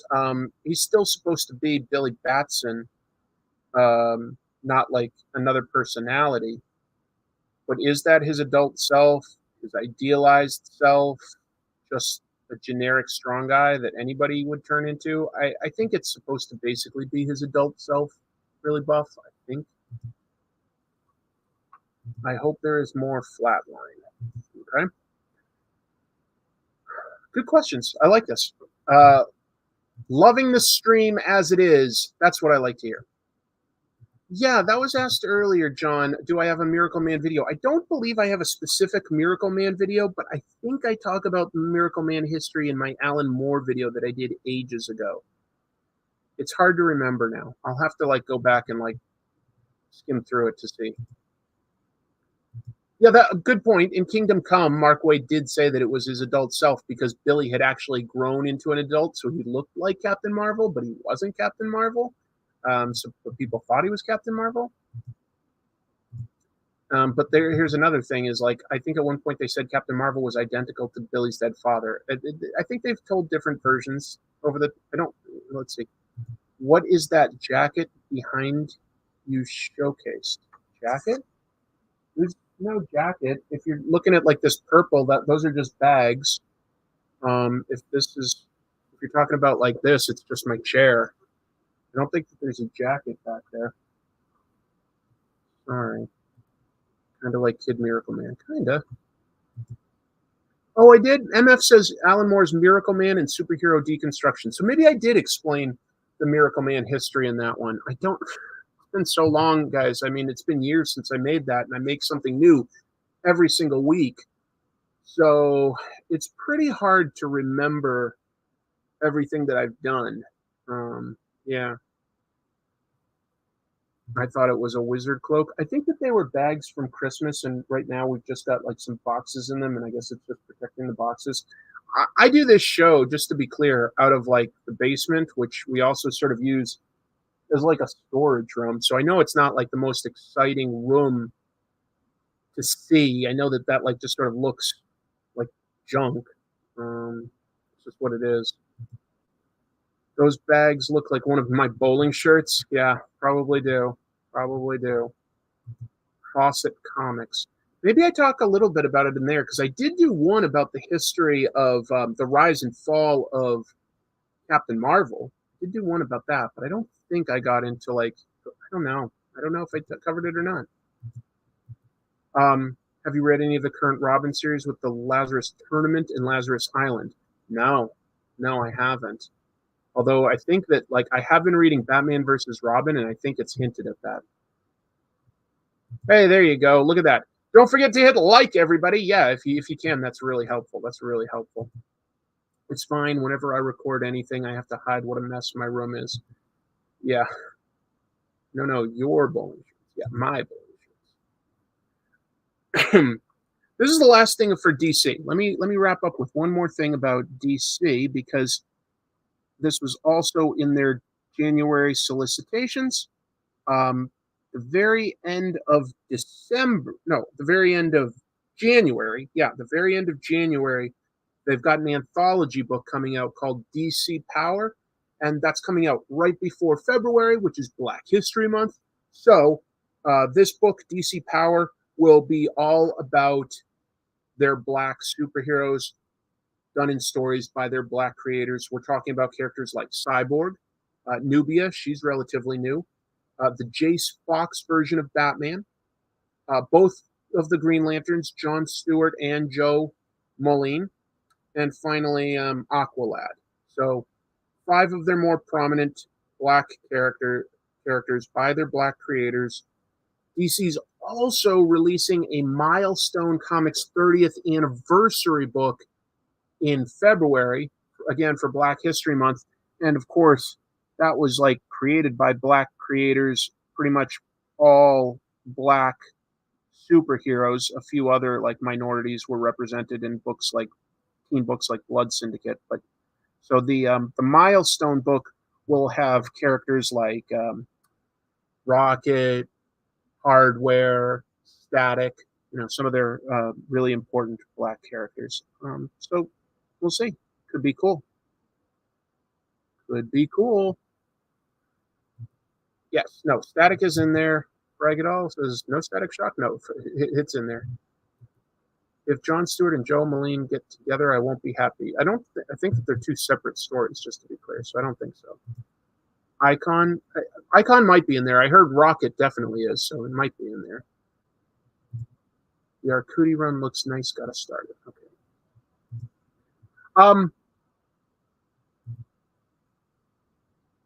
Nubia debuted in the 70s. Oh, is this like an updated take on her? I guess I didn't necessarily know the character's history that well. Jamilin says that Nubia debuted in the 70s. Martin Jackson correcting me as well. Nubia's been around for a while. She just more recently got more of a spotlight. Oh, okay. Yep, everybody's correcting me. I didn't know that somehow. Or if I do, I forgot because I'm bad at names. So, like, did I know that? That's very interesting, folks. I appreciate the correction there. Nubia was in like 2 issues in the 70s and then nothing until recently. I'll read up on it after this, just so that I know. I guess I wasn't familiar. I thought that it was a new creation for some reason. I thought that it was created for TV, basically. And that was that. My bad.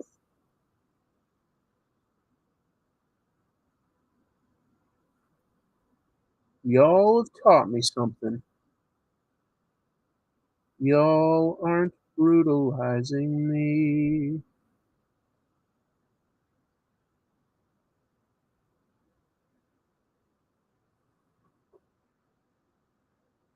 Don't forget his sash. Don't forget his sassy little sash there.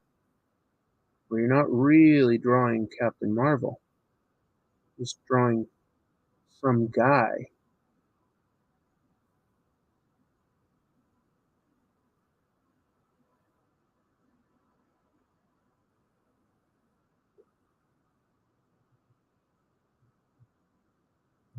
Okay, my sister has a question. I'll always acknowledge that. Is anyone dressing up for Halloween or going to a Halloween party? I am, but I'm going to a Halloween party the night before, Sunday after work with a few of my coworkers. And I think I should have my Paste Pot Pete costume ready. They will have no idea who I'm playing, but I am going to put together a Paste Pot Pete costume. But yeah, please, if you've got a Halloween costume or you're going to something, let me know. Thank you for noticing, Evan. Y'all are brutalizing me.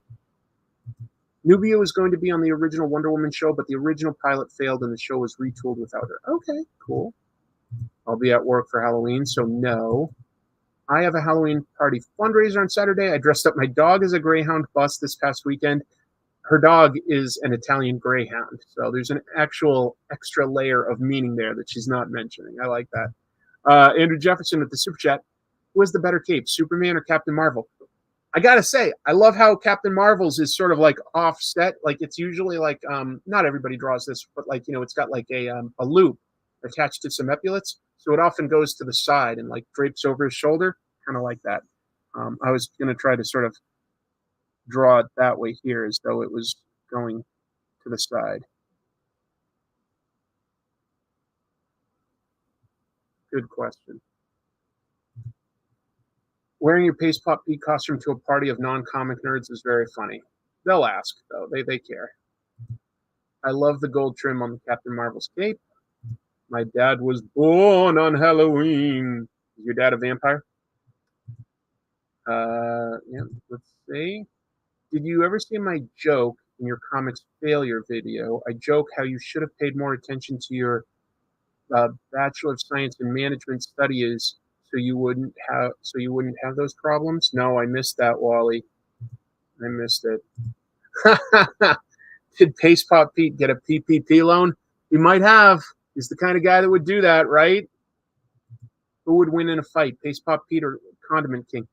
Paste Pop Pete is the more intelligent chemist. He would. He would. Let's see. Usually everyone asks the same question, what superpower would you want? My question is, what's one superpower you would definitely not want?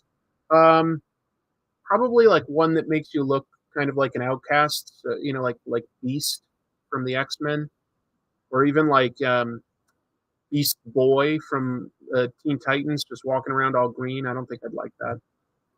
Cheesier answers my sister's question. Going as Shaggy from Scooby-Doo. Very cool. Maybe he is a vampire because he isn't alive. Oh my goodness, I'm sorry. Favorite vampire movie? That's a tough question. There have been a lot of good vampire stories. That's a tough question. Let me think of some of the ones that I like. I like Near Dark for just how grounded it is. I like Francis Ford Coppola's Bram Stoker's Dracula. Just pretty to look at, and all the special effects are basically done in camera. What else? Well, the first Blade, I would call that a good vampire movie. Lost Boys is pretty entertaining. Oh, Let the Right One In is very good. Let the Right One In, I put that towards the very top. Oh, wait, I'm forgetting Twilight. Twilight's making out. Did not like that one. What other good vampire movies are there? What's the one with David Bowie and I want to say Susan Sarandon? The Hunger? That one's pretty interesting. What We Do in the Shadows. I was just about to mention that one. That's a great one. It's hilarious. Not Underworld. I didn't care for that. I didn't care for that one. Let the Right One In. I love that one. I love that one. Yeah. I have not seen the most recent Doctor Who. No, I'm behind on that. I love Doctor Who, but yeah, The Hunger with Bowie. Thank you, Jim. Yeah, it's a good one. It's a good one. MF mentions 30 Days of Night. Interesting idea. Didn't love it personally because I didn't think that they executed on the idea as well as they could have. Kronos, yeah. Guillermo del Toro, good. Yep, very good. Love at First Bite. Wasn't that the one with like a teenage Jim Carrey? Oh yes. Good call, Amen. I like both Fright Night, the original, and not really the sequel too much, but I did like the remake, actually. I thought the remake was also pretty darn good. I Am Legend. I didn't care for that movie because they were more like zombies in that. I did like the short novella or short story that it was based on by Richard Matheson. I Am Legend. I like that. I did like that.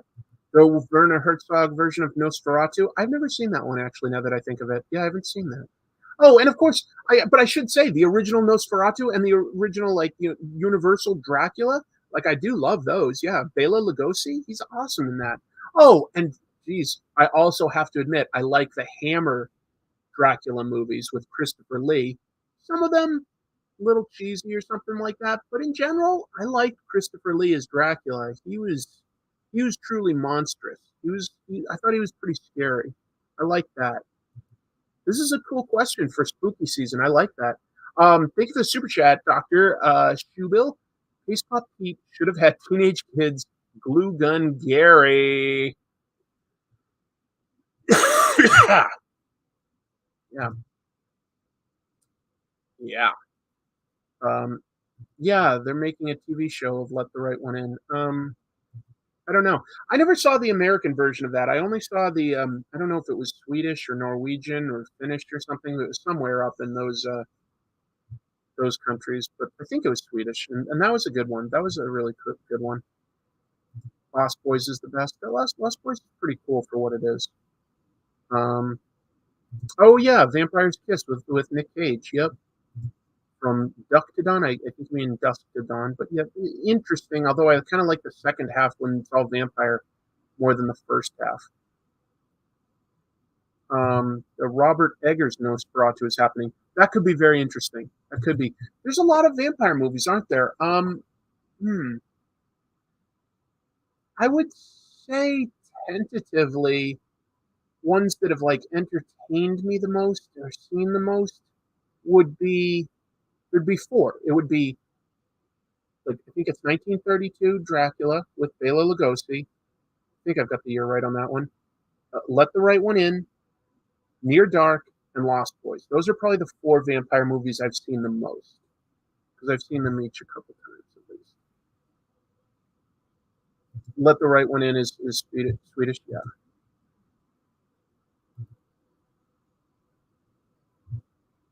Oh, yeah, thanks, folks. I almost missed that.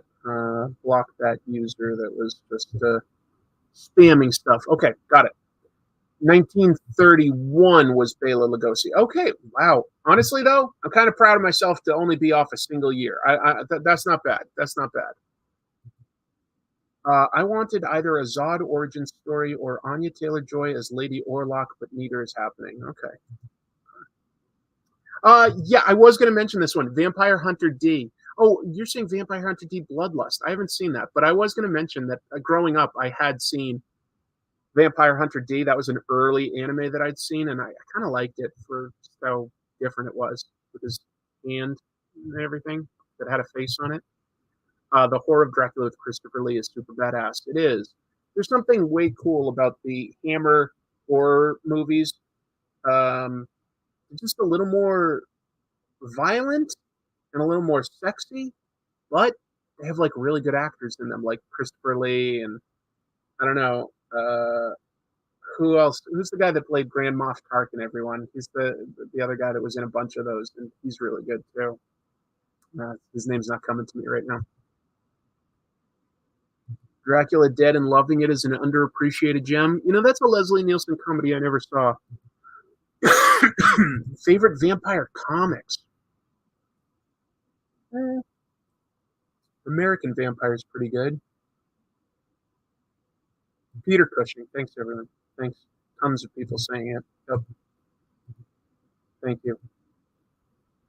Vampirella. Yeah, I did a video about Vampirella. Vampirella is pretty cool.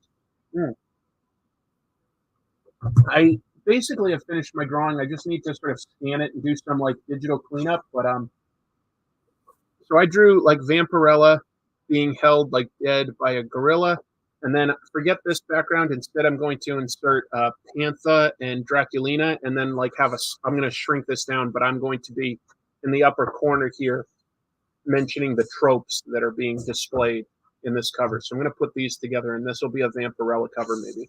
We'll see. We'll see. Probably. There's some more news. I took a break there. Let me talk about some fun Marvel news here. I'm going to add something to the stream here. Let me take this out for a moment, and I'm going to switch up. Marvel is doing some cool stuff in their solicitations for January. They're going to do a bunch of variant covers, all by like modern artists reinterpreting some of the most famous comics in Marvel history. So, for instance, we've got John Romita Sr. here with his pretty famous Spider-Man No More, Amazing Spider-Man number 50. John Romita Jr. is going to do his take on that. Obviously, very similar. Some of them take a little more liberty. These are all books that will have variant covers, but they've got some more images down here. Let me just scroll down and find those. All right, here we go. Amazing Spider-Man number 18 has Ryan Stegman doing this one, which I think was also, that might have been Gil Kane that did this, because Gil Kane loved drawing like all the supporting cast in the background. So that might be like reminiscent of Gil Kane, I think. That's a guess. Yeah, In-hyuk Lee is doing this one for Avengers, obviously based on Jack Kirby's Avengers number 4. That's cool. We've got Avengers Forever. Pepe Larraz doing a homage of a cover that's been done a few times before of like Vision over like the heroes. That's cool. Black Panther by Paco Medina. I think that's a cover reminiscent of Fantastic Four, if I remember right. Here's a Captain Marvel. That one's pretty cool. That looks a lot like her debut, but with her modern costume now. That's Carmen Canero. Whoops, I got an ad here. Let me just keep scrolling down to see if they've got some others. Oh, here's a cool one. Frank Cho did this one for Daredevil, obviously based on the famous Frank Miller cover. Bullseye versus Elektra, now Daredevil. Good job, Frank Cho, looking very reminiscent of Frank Miller, but still being himself. I like that. Oh, this is a cool one. Look at that. Like, looks a lot like early Ghost Rider, but it's by Phil Noto. I think that looks awesome. That looks like it must be the Danny Ketch Ghost Rider, too. Just a guess. Lino Francis Yu on Immortal X-Men, and that looks like Star Wars. That's what that's reminiscent of. That's Howard Chaykin's Star Wars. Luke Skywalker with his lightsaber. This was Darth Vader in the original, and this like energy here, or sun, was the Death Star. That's clever. So like they're covering all sorts of classic things.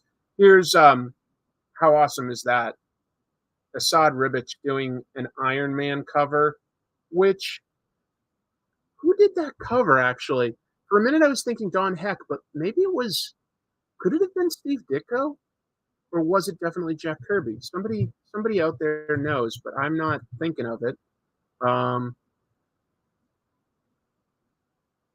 You need U-Block Origin? I don't know what that is, sorry. Yeah, I'm not sure who did the original Iron Man cover there from Tales of Suspense, but that's good. Oh, Jen Bartel doing a famous riff on Days of Future Past cover by John Byrne. That's pretty cool. You know, definitely in her own style, just based on that. Look at this. Stephanie Hans doing Miles Morales as the Todd McFarlane Spider-Man #1 cover. Good. Very good. Monica Rambeau Photon. Peach Momoko. So, you know, this one will sell well. And that looks a lot like Captain Marvel's first appearance, which I think was in Avengers. I think this was an Avengers cover after John Romita Sr. and John Romita Jr. I don't know for sure. Is there anything else? Got Moon Knight. Moon Knight. Oh, and that's obviously like Bill Sienkiewicz's original cover. David Nakayama. Very, very cool. This must be Midnight, huh? I guess I'm just guessing. I'm not up to date on that. Eben Coelho did Strange #10. What is that? I don't know what that one's reminiscent of. That one doesn't jump out to me right away. Venom and That's obviously based on the Mark Bagley cover where he fights Spider-Man in something like his, I don't know, third or fourth appearance. John Tyler Christopher did that one. Cool. Adi Granov doing a take on the famous Wolverine cover by Frank Miller. Not the exact same like layout, but the same pose and everything. So that's a cool interpretation. Props to Adi Granov for coming up with that. X-Force 36 homage by Rob Liefeld. What is that an homage to? I don't recognize that at all. Must be him copying himself, but I don't remember a cover that looked like that. Yeah, I guess that's it.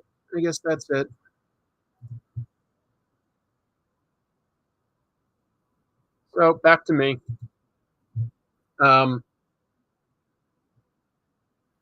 Didn't I cover that Spider-Man Venom cover for a gimmick cover episode? Probably. Oh, it was an Amazing Spider-Man annual where Monica Rambeau appears. That's why John Romita Jr. and Sr. did it. Got it. Thank you very much for that.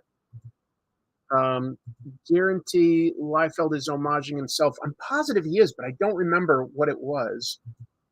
That X-Men is Gambit's first appearance? No, I don't think so. Anyway. Yeah, kind of fun. Tell you what, am I at my last piece of news? No, I've got two more pieces of news, and like the show probably should be wrapping up by now anyway. So let me do that for you all and let you go home, have your dinner or your sleep or whatever you want to do. But let me just also draw a bold line there. Excuse me.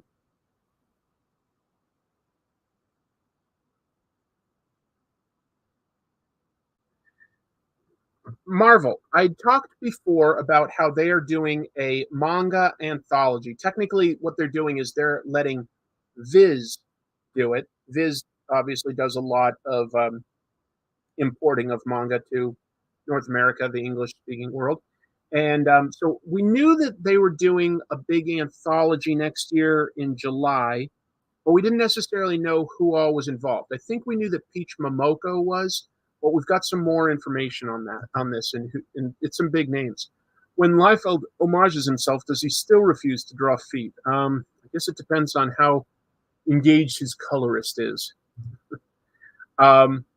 Oh, thanks. That's super helpful, ChemDog. It looks like Kirby did the first appearance of the Iron Man cover. I just couldn't remember. I could picture it in my head, but I didn't know for sure.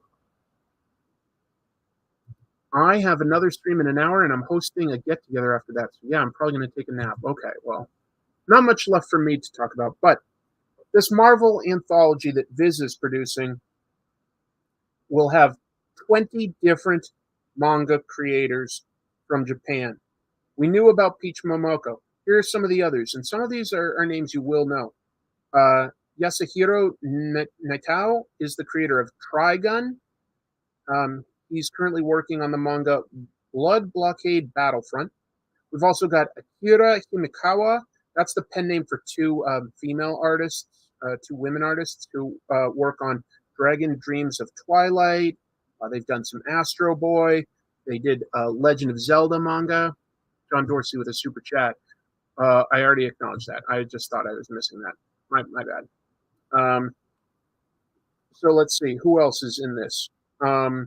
Yusuke Murata created, well, not created, but draws One Punch Man. So Yusuke Murata is going to be in it. Yoshitaka Amano, that's the creator of manga characters like Gatchaman, Tekkaman. He's worked on manga like Vampire Hunter D. We were talking about that earlier. He also drew Sandman the Dream Hunters with Neil Gaiman. We've also got Shigeto Koyama. That's an animator, best known as the designer of Baymax for Big Hero 6. Pretty good, iconic representation. Sana Takeda. She, of course, does Monstrous at Image Comics. People know her. And Kamome Shirahama. She's the creator of the Witch Hat Atelier series, which I've talked about before. Is a really good manga book. It made my best of for like top 10 best of the year, like about 2 years ago or something like that. Yeah, and yeah, so some pretty awesome creators there. Woohoo! Kamome Shirahama. Yep. Yoshitaka Amano also did a lot of design for the first 6 Final Fantasy. mm. And somebody wrote, yeah, Yoshitaka Amano is the Final Fantasy designer artist. Some pretty big names working on this Marvel manga anthology. I think I'll be picking it up just based on the names involved, because now I'm curious. I like a lot of those creators. I think that sounds really cool to me. And then I'll talk about this last piece of news.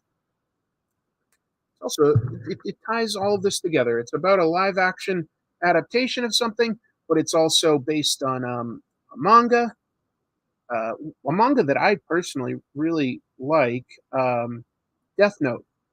Death Note was created by a writer-artist team, not just one person. Death Note is by Tsugumi Oba and Takeshi Obata. Yes. And we already knew that the Duffer Brothers were looking to produce a live-action TV version of Death Note, an adaptation of it.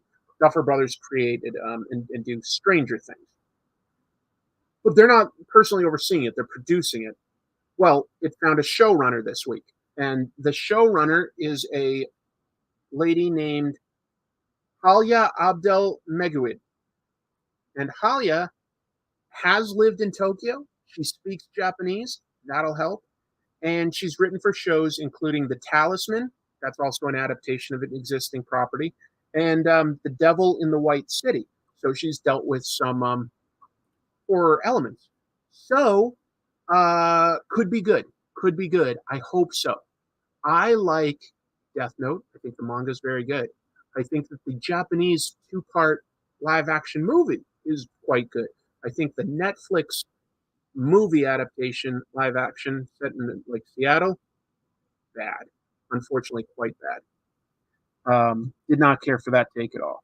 Wish I liked it because I like the story. So anyway, we'll see if that develops into something awesome or not, but I want to be hopeful for it. I want to be hopeful.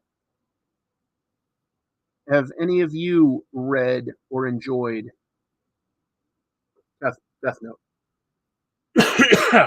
Let's see. Diana, you never need to be sorry you're late. I'm grateful when anybody shows up for any reason. I walked the dogs and then played with Cookie Monster, and lost track of time. Lovely to have you here, Diana. We talked about a book that you work on. Where is that? If you guys don't know, Diana's got a credit in G.I. Joe. We talked about that earlier. So let's see where. Yeah, research specialist Diana Davis. She's with us today. Thank you, Diana. Thank you. Oh, I didn't know that. Okay, Cookie Monster is Diana's latest rescue cat. Well, that's amazing. Unfortunately, you missed me showing off my new Bengal kitten. I got kittens, but I brought one on the stream towards the beginning. So I was showing off my new kitties earlier. Let's see. Death Note was the first manga I ever read. Interesting. I remember waiting for my library to get the new editions back in the day. I like it. It's pretty cool. Even within Japan, manga's live adaptation is sketchy. FMA adaptation looks horrible. FMA. I don't know what FMA stands for. Sorry. Too many comics in my weekly pull to add manga to the stack. Well, all I can say is, there's good comics and there's bad comics, and there's good manga and there's bad manga. But I don't want to ever discount anything because there's so many good books out there. I just happen to really enjoy certain ones. I'll tell you, one of the ones that has become one of my all-time favorites is Berserk. I was really devastated when the creator died, but it is back. his assistants are doing the artwork, and his best friend, the only person that he told the story to, has decided to pick it up and wrap the story up the way it was intended to.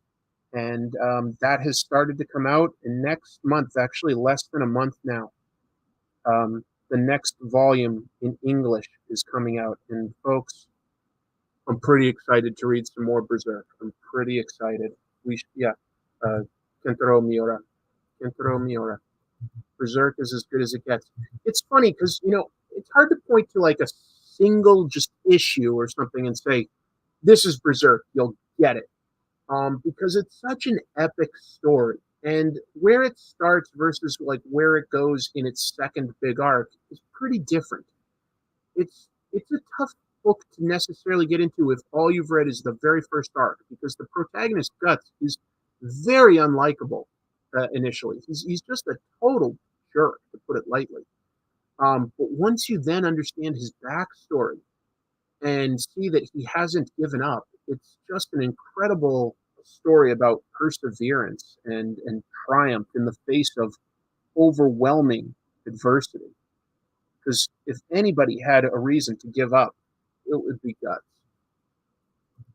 John Dorsey, aren't Bengal cats dangerous once they're like 200 pounds? Yes. If they got that big, that would be dangerous, but they do not get that big. Isn't this pretty rare? I got the sense that with manga, once a creator dies, the series is usually over.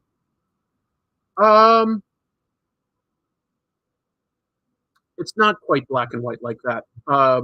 Usually when a manga is created, it's published through a publisher like, a Kodansha or a Shueisha, one of these big publishers that puts out like magazines and tankobon. And a lot of times they basically will share the copyright. The publisher has half, the creator has half. But they're pretty good about, like, they won't try to take it away and give it to another creator without their say-so, because they don't have enough authority to do that. Usually, like, that both parties have to agree on what to do with it. Sometimes when the creator wants to retire, they will authorize somebody else to tell stories in that world. Or even when they're alive, they might like have spin-offs and stuff like that. There have been spin-offs and sequels to stuff that the original creator didn't necessarily work on. And sometimes when they pass away, their estate might grant permission for something to continue. So yeah, there are examples actually of it continuing. I wouldn't call it rare. Yes, and Jeannie points out that I do not have a Bengal tiger. I have a Bengal kitten. Lots of hit manga never finishes, even if mangaka dies. Crayon Shinchan still continues even though mangaka died in the 2000s. Yep. Gogo 13 still going after Takeo Saito passed. That might be one of. I think Gogo 13 is the longest running comic by a single creator of all time. I'm pretty sure about that. Although he's gone now. Yeah. Yes, his best friend is also a manga writer. He was the only person that Miura-san would confide in for his story. I mean, he talked to his editors about the next few issues, but not the whole arc. He would confide with this one friend, telling him, "This is my story. Do you think like this makes sense?" Because everybody sort of wants feedback somewhere. And he told only one person, but he told this friend, who happens, fortunately for us, to also be a manga writer and creator and know that world and know how to like write for it. And fortunately, Miura-san had a one of the larger assistant pools that like really learned how to draw in his style. So the book should look very similar. And that isn't necessarily the concern. The story, it's not going to be perfect. But you know what? It's like, do we want it to just sort of end with a non-ending? Or do we want like the closest approximation we can get? Because we can't have... We're not going to get the perfect world where Miura-san got to finish Berserk. That's sad. That really bums me out. But anyway, yeah. So this is, I think, the best we can hope for. You're welcome, Diana. I'm glad it got to you safely.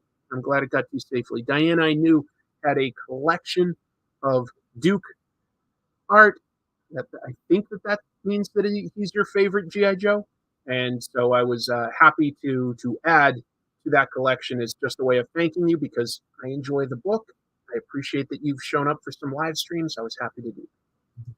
Is there any proof he actually told his friend this story? Couldn't the friend just say he did?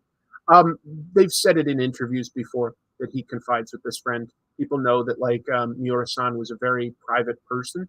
Um, yeah, I guess he could be lying. None of us like know the story, but here's the thing: his friend didn't immediately come out and do it. Like they waited about a year until they announced that like he had decided that he would be okay with it.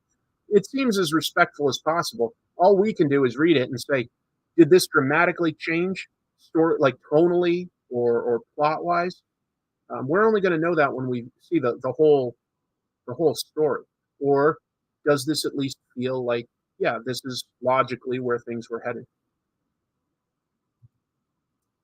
If the estate agrees, they must trust him. Exactly.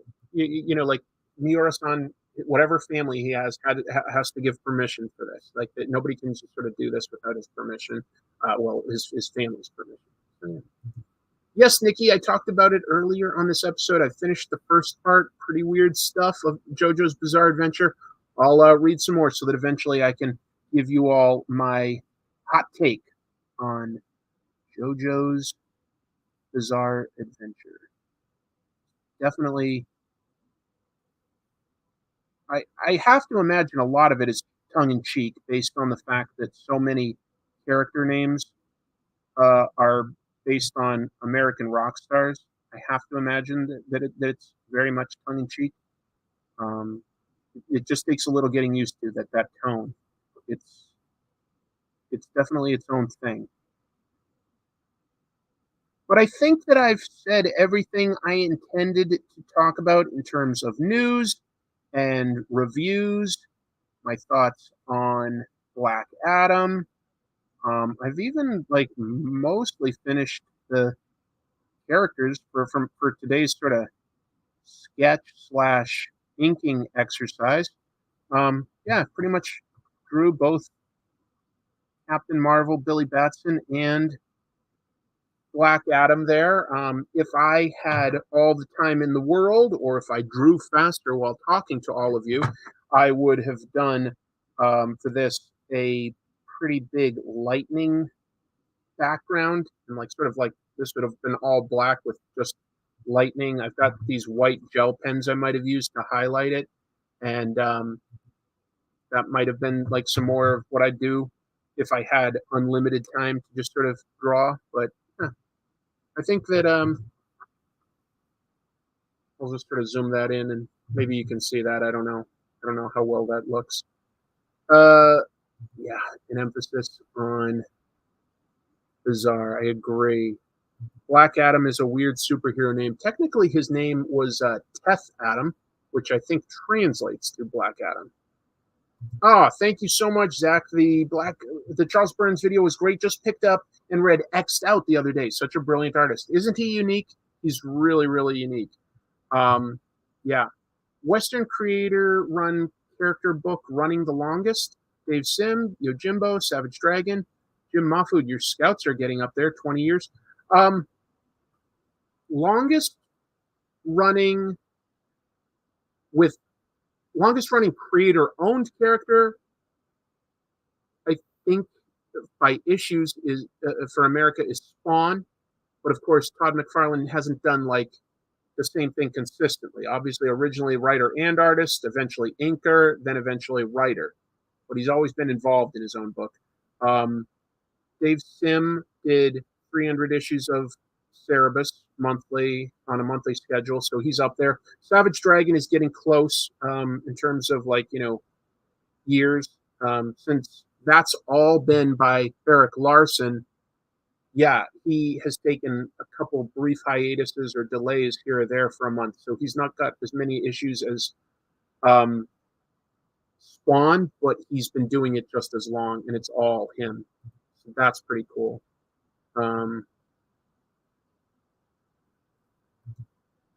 Todd McFarlane is using the Takeo Saito method. Exactly.